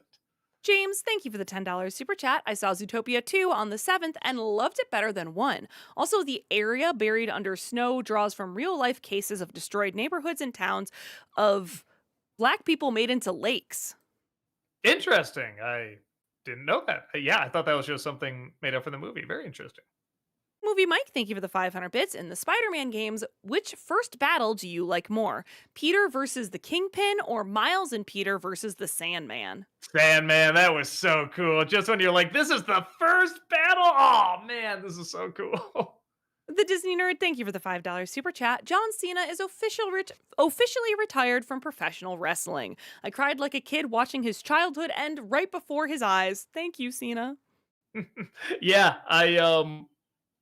if I was a big wrestling guy, I'm sure that really means it. But even I know who John Cena is, and I've definitely liked his stuff in movies and stuff like that. So, yeah, no, he's a cool talent. It's a shame to see him go. I bet he was great at it. Creative Minds, thank you for the $10 super chat. No message, just the super chat. Thank you. Sean, thank you for the $5 super chat. Thoughts on the Futurama episode The Sting, in which Leela has dreams about Fry after he gets stung to death by a bee? I liked it. There's a few details about it that I'm like, well, that's a little awkward. That's a little weird. But for the most part, I really enjoyed it, and I did put together what was going on, but it's one of those where even if you figure it out, it's just so trippy and fun and cool. It is a fun idea that I really enjoyed it. Lover of cinema, thank you for the 500 bits. Great news! Zootopia 2 is now at 1 billion and has outgrossed Jurassic World Rebirth, a Minecraft movie, and both of the live action remakes that came out this year. What do you think of that, Doug? Especially since you didn't like those movies. Yeah, I was gonna say like all the ones I'm realizing that made like a ton of money, I didn't really get into. So yeah, it's funny. It's not even like Zootopia 2 is like a phenomenal, movie or anything, but I thought it was pretty good. So I'd much rather have that than like, yeah, the live action Lilo and Stitch or like, you know, Jurassic World and all that stuff. I'd much rather have that be up there. Lord She, thank you for the $2 super chat. Leprechaun Farmer, thank you for the $5 super chat. To be fair, knowing what we know about Jeffrey Tambor now, he kind of deserved to kiss a dog's butt in the Grinch movie. Maybe I don't know that much about him. I've only seen him in a few things. I remember him being funny or whatever, but no, I don't. I guess maybe I have some looking up to do. Mr. Heavy Metal Harry, thank you for the €2 super chat. JL, thank you for the 500 bits. And Mrs. Doubtfire, what do you think when they all found out it was Daniel? Oh, Field's reaction is phenomenal. I mean, you want some comedy classes right there, just in a variety of reactions. I mean, she does something like 9 different reactions, like back to back. Just Daniel, Daniel. Oh my god! Oh my god! Oh my god! Oh my god! The whole time! The whole time! The whole time! I mean, it was brilliant. It was so stellar. Just that few seconds of those react. I mean, just absolutely brilliant. Another movie she's phenomenal in terms of comedy is Soap Dish. Very, very good. You see a lot of that in that movie too. Movie Mike, thank you for the 500 bits. In New Hope, there was going to be a scene where Biggs visits Luke before heading back to the war and before R2-D2 and C-3PO show up. I think they should have kept that because it would have felt more when Biggs dies. What are your thoughts? Yeah, but it also would have introduced Luke earlier. I kind of like he's introduced as just like you wouldn't even know he's the main character kind of thing. Because they always have that in movies. It's not necessarily a bad thing against kind of visual storytelling, but like, you see it a lot in Disney films where you see the back of a character, hey, so and so. Yes. Where nobody really turns like that and does that, but it's to introduce them as the main character. I like Luke's just kind of there. He's so unassuming you don't even think, oh, that's going to be like the main character. So I kind of like that. I have seen the deleted scenes where they where you can tell it's a Lucasfilm where they talk a lot about like politics and a lot of boring stuff. So yes, you would feel more for him being there, but then it would just become even more obvious he's supposed to just die. That's the whole reason he's there. Wizard of What, thank you for the $5 super chat. Hey Heather, if Doug was a gym leader, what do you think his type specialty would be and would be his ace? Also his mega evolution. I don't know what any of that means. For Pokemon. I think that if Doug was a gym leader, maybe it's just because I associate him with boxing, he'd have like fighting types, like angry fighting types, like a Primeape or something like that. That would be like an angry fighter type. And then maybe his ace, his final Pokemon would be, oh, what's the speaker one? Loudred? The one that looks like it's screaming? I mean, that sounds like that'd be me. That would be Doug. That would be Doug. His mega might be a Mega Lucario then. A lover of cinema, thank you for the 500 bits. I remember earlier this year bringing up celebrities that are born the same year as you. Well, there's one that I forgot to mention whose birthday just so happens to be coming up very, very soon. It's the cinema snob himself, Brad Jones. That's true. Yeah, I always forget he has a birthday in December. I always ask people to have birthdays that quick because my mom did too. It's just like, is that a pain having it, so close to Christmas and stuff? A lot of people say no. I always kind of assume that would really suck, but most people are okay because they either get double the presents on that day or they spread it out and you have, even more reason to celebrate around that time, even more reasons to go out and everything. So, yeah, I guess it's not as bad as I thought it would be. Drolu, thank you for the $5 super chat. Do you own any Disney Movie Club Blu-rays? One of the last batch of Blu-rays they released were both Goofy movies and The Black Cauldron restored. Disney Movie Club? I mean, I own Disney Blu-rays. But in terms of movie club, I don't know. I want to say I've seen that little emblem on there, so probably. But yeah, no. Anytime there's a movie I really like and I want to hold on to, I mean, I try to get the Blu-ray of it. I'm a fan of physical media. I definitely like having things on streaming that I can go to at any time. It's very convenient. But if it's something I really like, I try to get the hard copy of it. Leprechaun Farmer, thank you for the $5 super chat. This is part 1 of 3. You'll love this poorly aged thing from Bill Cosby's career that I recently remembered. One of his Little Bill books titled My Big Lie. This is part 1 of 3. Good start.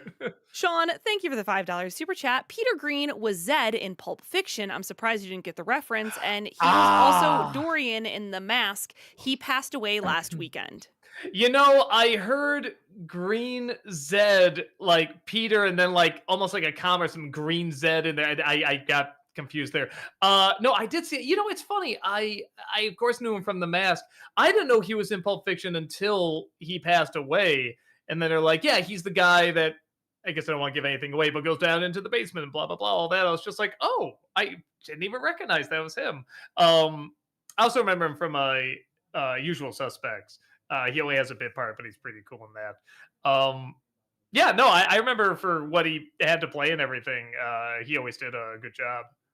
JL, thank you for the 500 bits. In Kingdom Hearts 1, which boss did you find the hardest? Probably the last one, even though I think I made it through. But well, okay, the first part I died a lot, but then when it just had to keep going, uh, I was so terrified because I was just like, if I die, does that mean I have to start over? I wasn't sure, and I was just so terrified of dying because I would just had to go back so far.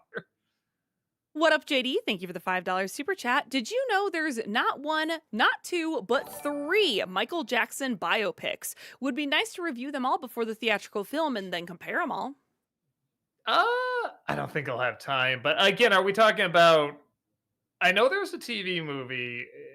Are there some miniseries? Again, one of the Jackson 5 one counts as one of them.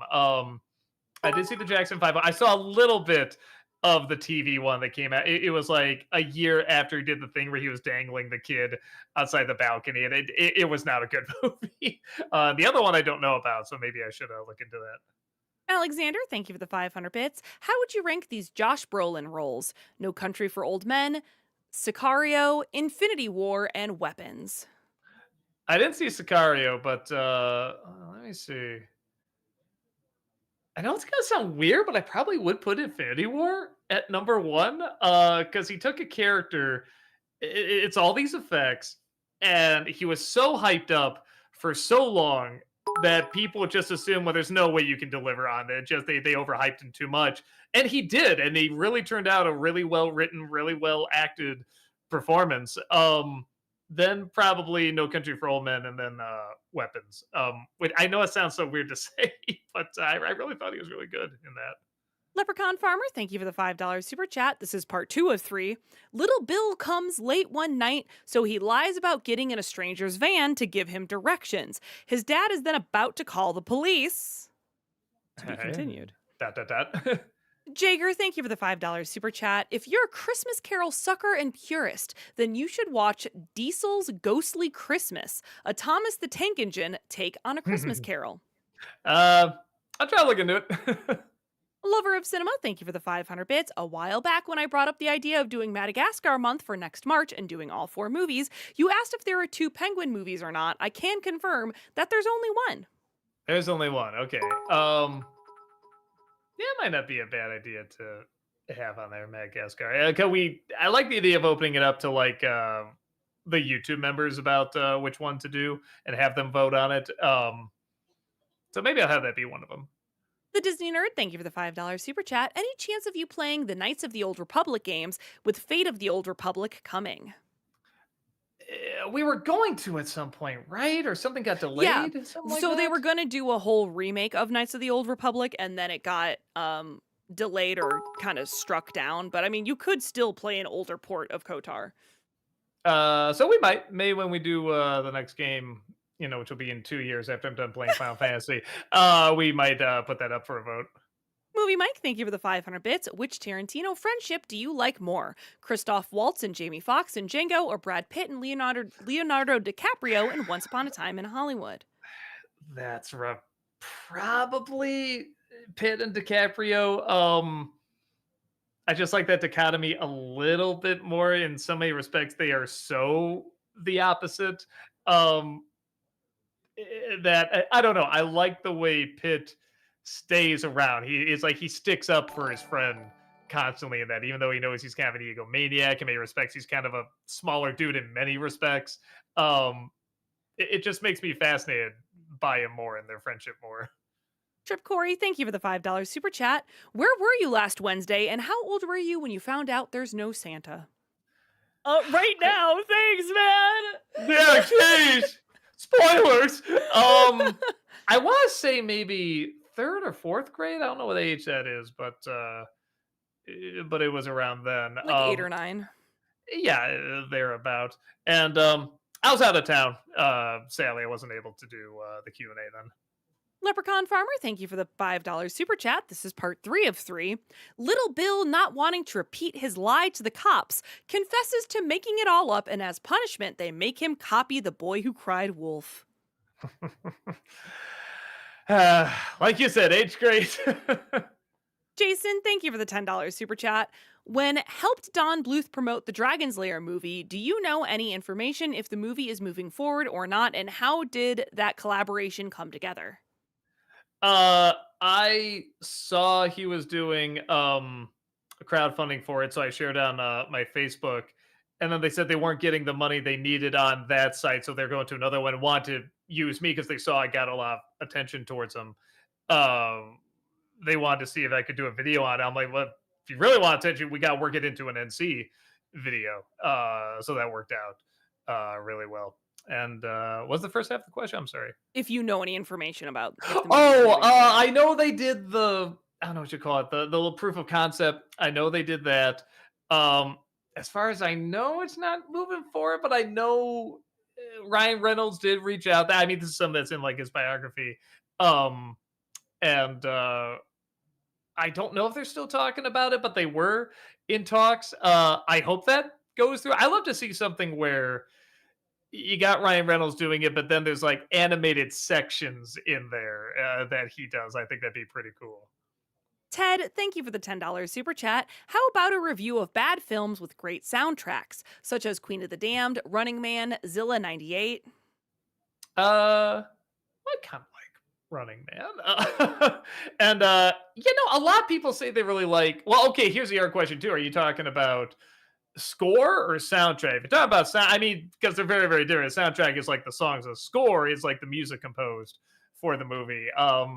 And both can make a really, really good list. I'm sure they have. I don't know if I'm the one to do it. I could do probably like a handful of them, but man, there's so many out there, surprisingly, of bad movies that have wonderful soundtracks. I mean, a lot of them probably in the '90s, like Batman, Robin, Space Jam, and stuff like that.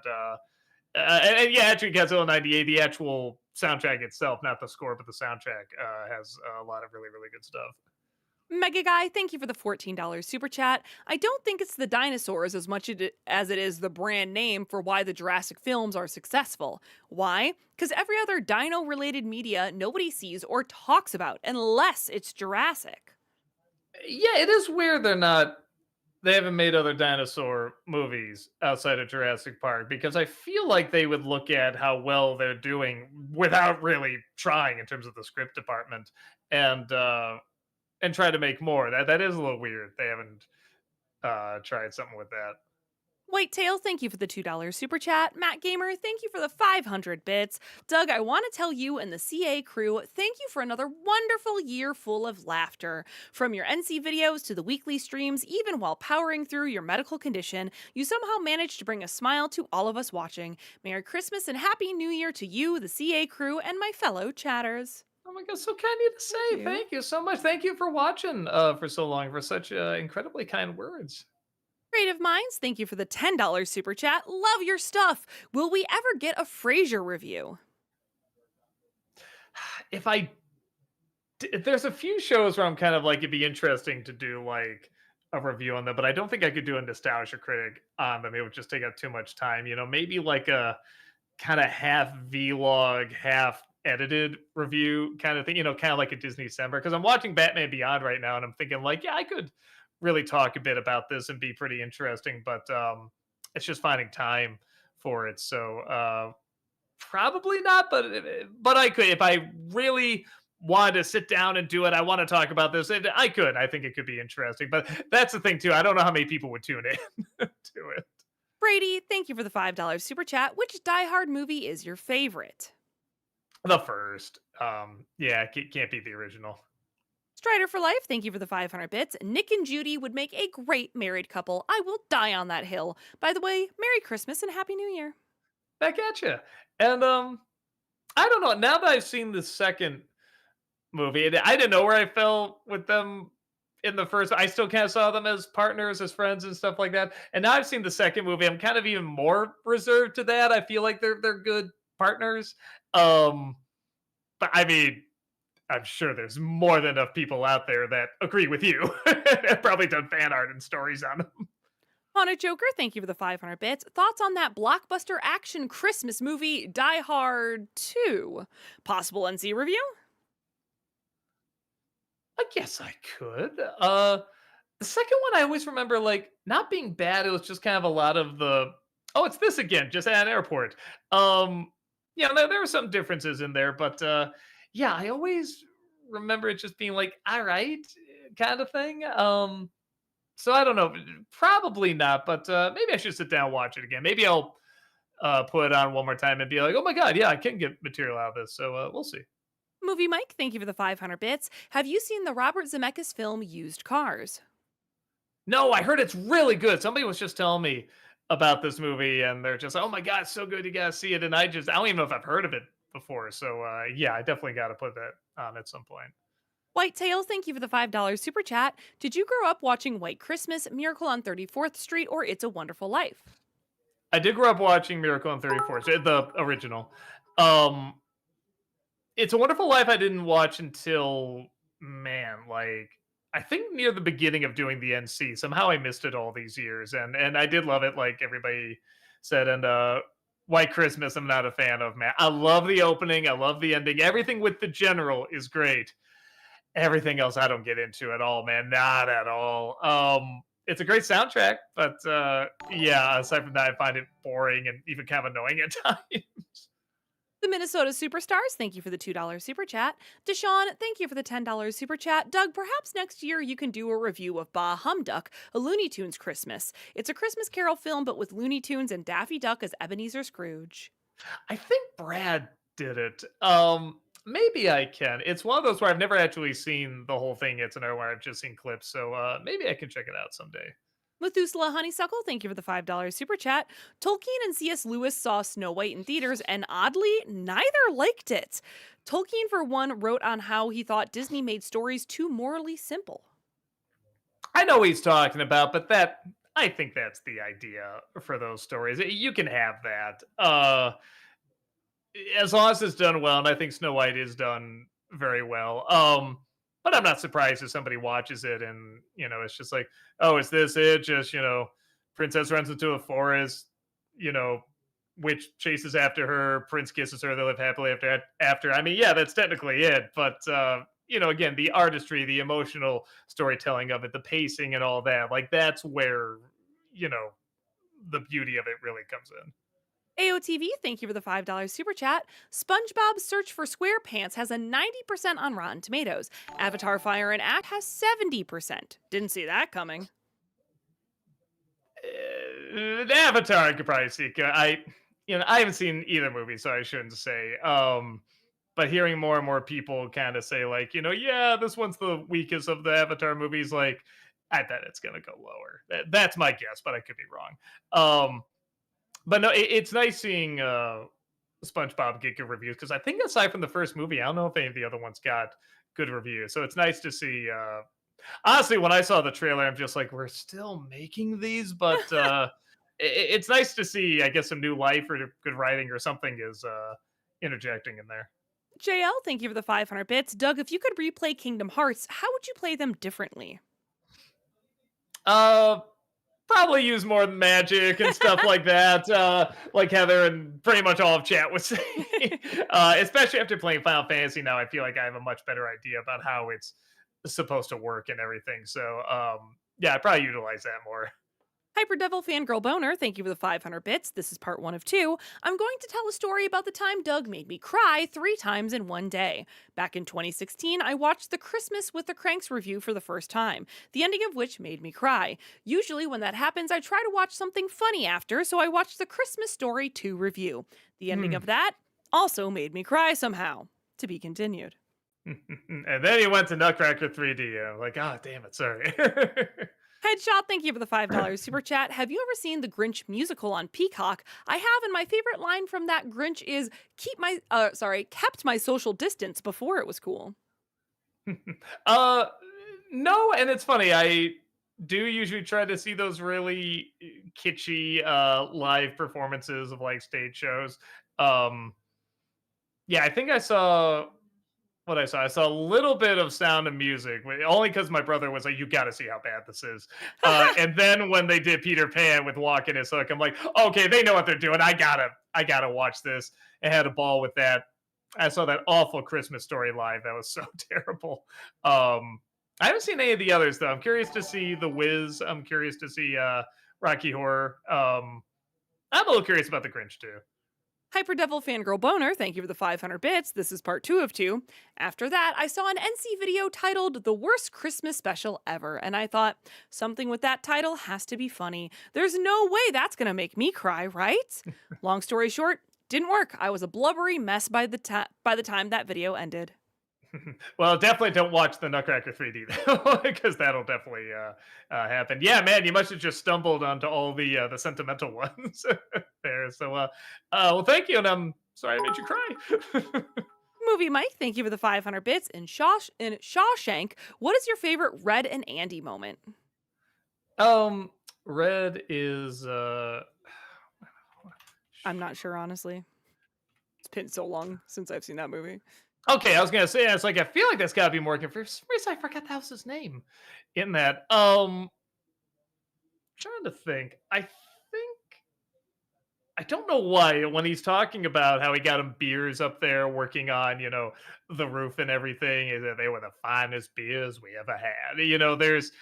There is something about when you just do like you're outside for a while, you do a long job inside, and it's not like they're good beers, they're just like kind of water with a kick kind of thing. But sometimes that is what you want. And I know those are the kind of beers he was talking about. There was kind of like I know what he's talking about. So just sort of like that he got him those beers, up on the roof and stuff like that. The best we ever had is, I don't know. I felt all of that. I felt the taste of that beer. I felt being up there for so long. I felt that, he came through and got him that and worked hard to get him that and everything. So yeah, it's such a simple little thing, but I remember really enjoying that. JL, thank you for the 500 bits. How long has it been since you've seen The Fox and the Hound? I remember watching that a lot when Disney Plus just released. It's been a long time. I probably haven't seen it since I watched it again for Disney December.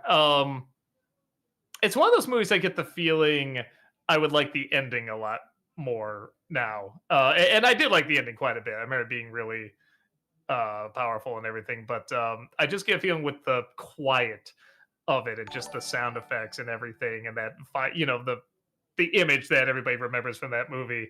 I get the feeling that'd be stronger for me watching it now. Movie Mike, thank you for the 500 bits. And Disenchantment, what do you think of Matt Berry's character, Prince Merkimer the Pig? It's one of the few Matt Berry performances I don't get into, and I don't know why. He is one of those voices that could just make anything funny. It's just a stellar voice and stellar way of delivering the lines. And for some reason, that character doesn't do much for me, and he should. Like everything about the layout, the design, everything about the character should be funny, but it just doesn't make me laugh that much. I don't know. Maybe one of these days I'll watch it again, see if I can pinpoint it. But yeah, something about that character. It's one of the few Matt Berry characters I don't get into. Sean, thank you for the $5 super chat. Question for Heather and Doug. Favorite moment from a Charlie Brown Christmas? Merry Christmas and Happy New Year's to you two as well as the rest of the CA crew. Thank you so much. Man, my favorite. I mean, can I just say the music? Oh, I love that. Yeah. Yeah, I mean, just the music as a whole is just so stellar. It's so Yeah. simple. So yeah, and I guess we're gonna go off with that. Just the opening with the ice skating because it's that amazing song. Um, I probably say that. Yeah. I would agree. JL, thank you for the 500 bits. Since Malcolm in the Middle is now on Disney Plus, would you do a review of it for a future Disney December? Maybe I guess I'd probably have to say it's for like Fox shows or something like that. I don't know. I'm sure I could find some sort of workaround. Jason, thank you for the $5 super chat. What's the origin of your brother Rob wearing the dino mask and saying, I'm a dinosaur, come from? I always love behind the scene questions. I was frozen It was today. from the My Pet Monster review where I think in the movie, like the sister walks in and just sees him as a monster, just reading a paper, just being like, "What?" like that, and I'm like, "That's just so weird." That was such a little, small reaction, So I'm like, I was just gonna go in and tell Rob about this, and it's the same thing. He's reading a paper. He just has a dinosaur mask, and he's like, "What?" I'm like, "Oh, anything happy?" He's like, "I'm a dinosaur." I'm like, "Oh, okay, well, good to know." And I just leave, and then it carries over into the next episode, which is the first commercial special. And I think more people have seen the commercial specials than the My Pet Monster reviews. So in that one, he's just still a dinosaur. Like, hey, let's just keep it going. Like we never reference why he's a dinosaur, kind of thing. And yeah, it just really caught on. TJ O'Donnell, thank you for the $50 super chat. Really appreciate Thank that. you. Thank you. Merry Christmas, Doug and Heather. May y'all be blessed and enjoy everything to come in the upcoming year.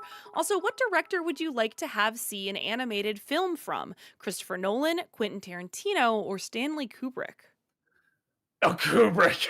Oh my God, what the hell would he do? That would be fascinating. I don't know if any of them would be. I could see Kubrick getting into animation because again, it's just complete control, and he was such a control freak. Um, the one that would probably do it the most naturally would be Tarantino because he already has like with Kill Bill and everything. He kind of has that anime styles, even a little bit of anime in there. But yeah, probably that. And thank you again for the kind words. Minnesota Superstars, thank you for the $5 super chat. I want to say thank you, Doug and Channel Awesome, for being awesome. My dream is to meet you, Doug, and hope it comes true next year. Merry Christmas! Oh, back at you. Thank you so much. Yeah, we'll try to keep you posted about conventions we're doing next year. Movie Mike, thank you for the 500 bits. I'm planning on seeing the new SpongeBob film. What got me excited is that Mark Hamill is playing the villain. Yeah, I guess it's getting good reviews too, so that's nice to see. Dr. Gold Dry Bowser, thank you for that 19-month membership over on YouTube. Appreciate that. Welcome back. Thank you. JL, thank you for the 500 bits. Are you shocked as I am that Malcolm in the Middle has not gotten a complete series set yet? On DVD or Blu-ray, yeah, because we got the first season on DVD, and then they never did a second season or third season or anything like that. And this was still back when there were discs all over the place. So Right. yeah, I was really surprised by that. Nate, thank you for the $5 super chat. Doug, you've made jokes about and dissed this film for years. Will Fred Claus ever get an NC for an upcoming December? I probably should. It's another one where I'm not super passionate about it. Some things work in, a lot more things don't. But I don't know. Again, if there's enough demand for it, maybe I will. JK Gamehouse, thank you for the 100 NOK through Super Chat. On the seventh day of Christmas, the critic gave to me 7 Scream 2 movies, 6 Scream 2 Sember, 5 Keeble Move, 4 Sorry It's Hilarious, 3 Miracle on State Street, 2 King of the Hills, and a Mufasa the Lion King. Thank you so much. And again, Heather, lovely voice. Oh, thank you. TJ O'Donnell, thank you for the $10 super chat. Hey, Doug and Heather, a follow up question. Who was your favorite celebrity to meet and why? Also, my friends and I are starting a petition to get Channel Awesome to Dragon Con in Atlanta. Wish us luck. I would love to go to Dragon Con. Yeah, I've heard Would it's really, love to really go to cool. Dragon Con. Man, I can't even shoot. Dante Bosco is great. Corey Taylor is great. Bear McCreary, I met him recently. Mhm. He's wonderful. It's honestly easier to talk about ones that aren't so great, which I'm not going to, but honestly, I could probably count on like one hand how many of those are. I mean, we've been so lucky, majority of people that we've gotten along with, and are really, really wonderful people. Nate, thank you for the $5 super chat. The '04 Punisher film got a lot of hate from critics for being too dark, yet audiences criticized it for not bringing dark enough. Your take, Doug? I did a review of it. I want to say a year or two ago. I can't remember what I thought. I think I found it okay enough. The early 2000s ishness of it was the most distracting thing for me, but I kind of like how messed up it was. It did separate a little bit from other comic book movies. But yeah, but there's things that didn't quite gel in it too. I don't know. You watch my review because that's probably closer to what my thoughts were at the time. JL, thank you for the 500 bits. What did you watch the most when Disney Plus first launched in 2019? I think just the classic movies. It was kind of nice whenever I just wanted to hear, I don't know, like something from Lion King or something from Frozen, or just look at the backgrounds from Sleeping Beauty, or some of the animation, Peter Pan, like any of that stuff. I could just go to it right away. That was very convenient because I do like a lot of that animation and music and everything. So yeah, I can't think of one thing I watched over and over, but I would kind of go through. I try to take it back. I did watch parts of Encanto quite a few times. I watched the songs from Encanto quite a few times. Nate, thank you for the $5 super chat. Any chance of doing a stream or two for Dispatch in the near future? It completely blew up the internet and it seems up your alley for sure, Doug. I'm assuming that's a game. Yes, it is. It's a game. Okay. Mhm. It's a very Maybe. similar to a Telltale style game where your choices matter, but it's superheroes, but it's kind of like irreverent superheroes like I Infinity. have heard of this. Yeah, this did sound like a lot of fun. We'll see. Again, maybe we'll put it up to a vote whenever we get to the next game. Nate, thank you for the $5 super chat. Doug, will be finally get the long awaited Little Nicky review next year. We need you to unleash your pure hatred for the worst Sandler movie. Probably. Yeah, it's on the list. It's probably time. Dapper Ash, thank you for the $10 super chat. Awesome review. Did you know that today is the 36th anniversary for The Simpsons? Fun fact, I was born just a few days later after the premiere. Guess that explains why I love The Simpsons so much. Oh, interesting. No, I did not know that, but that's very, very cool. Everett Clover, thank you for becoming a member over on YouTube. Welcome, appreciate that. Thank you. JL, thank you for the 500 bits. I kind of wish you would do an updated review of Short Circuit. I would like to see if your opinion has changed since you last reviewed it.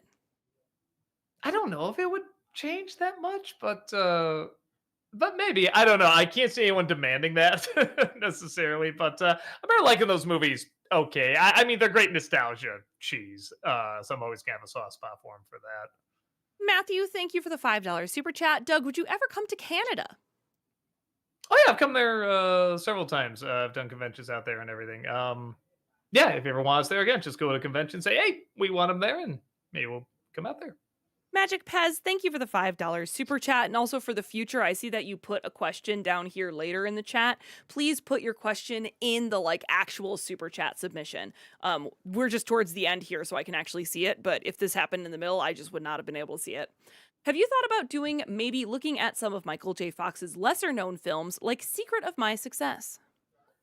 Uh, Again, it had to be something I'm really passionate about. I do like him as an actor quite a bit, but in terms of movies that I say, ooh, I really want to talk about that. I want to do a nostalgia critic on that. None are jumping to mind. So I don't know. Maybe I'll find that one that just really jumps out at me. Sorry, I'm scrolling. All right. Okay. Lord She Balba, thank you for the $2 super chat. Watch The Book of Life. It's my favorite movie. I like that movie. I didn't love it, but I remember it being all right. The designs are fantastic in it. Matt, thank you for the $5 super chat. How many movies are you planning to review in the near future, say next few months, and can you please name a few?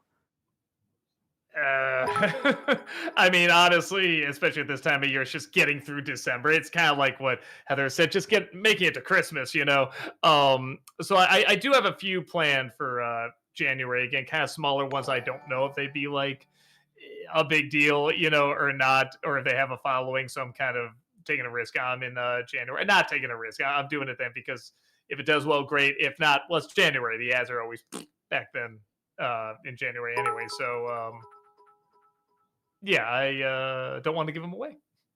Treg, thank you for the 500 bits. Hi, Doug and Heather. In case there is no other Q&A this year, I wanted to thank you for everything that you do. When I was at my lowest, both of you inspired me to follow my passions. Lately, I made progress by doing creative side gigs, getting promotions at work, and earning my MBA. I say this to let you know that I am just one of the millions of lives out there that you two have helped make brighter, and I can't thank you enough. Merry Christmas. Well, that's so kind of you to say. Yeah, that's Hmm. great to hear. And yeah, it sounds like you got a great creative side to you. Just keep that alive and well and everything, and we'll keep trying to entertain you while you do that. So thank you so much. And congrats on getting your MBA. That's awesome. Definitely.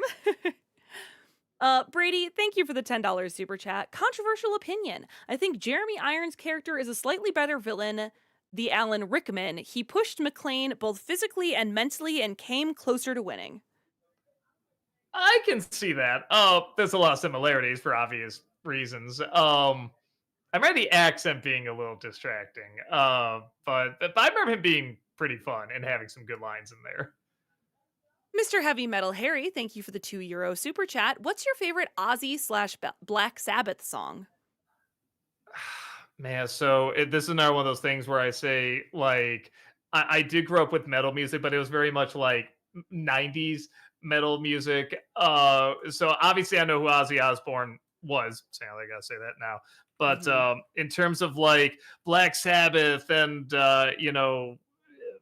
all these other whatchamacallit, all these other bands and stuff like that, these metal bands, I'm always like, yeah, I know the names, Def Leppard and all that, but I get the songs confused. Ah. So I gotta look them up, and I try not to hype it. Like when I was younger, I'd always try to, oh yeah, he did that when he did that, and I'm just like, no, I can just be honest. Like a lot of this stuff, I like it, I love it when I hear it, but I always get them confused. Let me see. See you on the other side. See, I didn't even know See you on the other side was. um, Hellraiser, I think I remember liking. Crazy Sweet Train's a Leaf. classic. Which one? Crazy Train? Crazy Train's a classic. Love Crazy Yeah. Train. Well, and then I probably goes without saying Black Sabbath. It's pretty good. So oh, and the Wizard. Yeah, that was really really good. Into the Void. Yeah. See, some of these I'm like, oh, that was them. Okay, like that just shows you how behind I am on a lot of this stuff. But yeah, there's a good lineup for you there. Minnesota Superstars, thank you for the $2 super chat. Are you a big NFL fan and favorite team? I'm not. I always say with sports in general, I get interested when a Chicago team is doing well. So I think the Bears are still in it. I think, They right? are. They're doing Yeah. surprisingly So well for the team that y- they have right now. yeah, so I'm kind of keeping track of that a little bit. I always watch Super Bowl. To me, Super Bowl Sunday is a holiday. Like I get together with family, we all like make food and bring really good beer and stuff like that. And I could care less who's playing. It's just a great time to meet up. But yeah, anything else like when the Blackhawks were doing really good years ago, I would start to pay attention, or the Cubs were doing good, I would start to pay attention. So that's about the extent of it. JL, thank you for the 500 bits. What's your favorite TV show that's on Disney Plus that you could rewatch during downtime? Uh, Actually, probably Malcolm in the Middle, honestly. Or Bob's Burgers is another one in Simpsons. Yeah, those are good. Strider for Life, thank you for the 500 bits. Have you seen this action movie called Blood and Bone? It has Michael J. White and Dante Bosco. Uh, Blood and Bone. I don't think so. 2009. No, looks cool. I will try to check it out. All right, we have like 2 minutes to look at some non-paid Nice. All questions here. right. Alfredo asks over on Twitch, what's your favorite trap from Home Alone? Oh, I think just the the simple, either the gunshot to the crotch or just throwing the brick. McLovin Geo over on YouTube says, hey, Doug and Heather, Merry Christmas. Doug, when are you going to bring back Dark Rob from your X-Men Raiders of the Story Arc review? He was cool. So much demand for that character. Probably not anytime soon. Matthew, thank you for the $5 super chat. Doug, did you ever watch Seventh Heaven? I tried. It is one of those kind of a so bad it's good show, but it's not really my thing. The Leprechaun Farmer, thank you for the $5 super chat. How did you react when you found out the girl who played Cindy Lou Who in the Grinch film grew up to front a heavy metal band? Have a Merry Christmas. I think that's cool. Yeah, And it's the funny Pretty because Reckless she, is good. It's a good yeah, band. and she was not a good singer when she was a kid in that movie. So it's nice to see she musically really grew up. Zom, thank you for the $5 super chat. Any plans to play the game of the decade? Claire Obscure Expedition 33. Um, that's another one we've talked about, like maybe putting on the list in the future, have people vote on. So we'll see. JL, thank you for the 500 bits. Did you ever watch The Goldbergs? Uh, No, and I heard it's good. Anytime I saw clips of it, it always looked like it wouldn't be my thing, but a lot of people told me it's really, really good. So I should probably sit down and watch a whole episode. Matt, thank you for the $10 super chat. I did request this before, but I really think you should review Clifford's Really Big Movie 2004. It's the only PBS Kids movie that you haven't reviewed. All right, try my best. And that does perfectly bring us to 8 o'clock there, chat. Sorry, we Alrighty. didn't get too many regular chat questions for you, but Sorry. this is the only December Q&A Yeah. of the month, so I feel like people were really jonesing to ask some questions. But yes, everyone, thank you so much for being here. As I said at the beginning of stream, this is just the last Q&A stream specifically of the year, because next Wednesday is Christmas Eve, and then it's New Year's Eve after that. So there is still stream tomorrow over on Twitch. Malcolm's gonna be back playing more Pirate Yakuza's Pirate Yakuza in Hawaii, or I think that's the whole title. I don't know. Malcolm's gonna be here. He's gonna be in cosplay. It's very fun. Doug will be back on Friday. I'll be back on Monday. So there's still other streams before the end of the year. It's just that this is the last Q&A stream. Okay? So yeah, come on back. But in case we don't see you, and this is the only stream that you do attend, happy holidays. Yes. Happy New Year. All right. Have a wonderful rest of your day, everyone. And we will see y'all later. Bye-bye. Bye.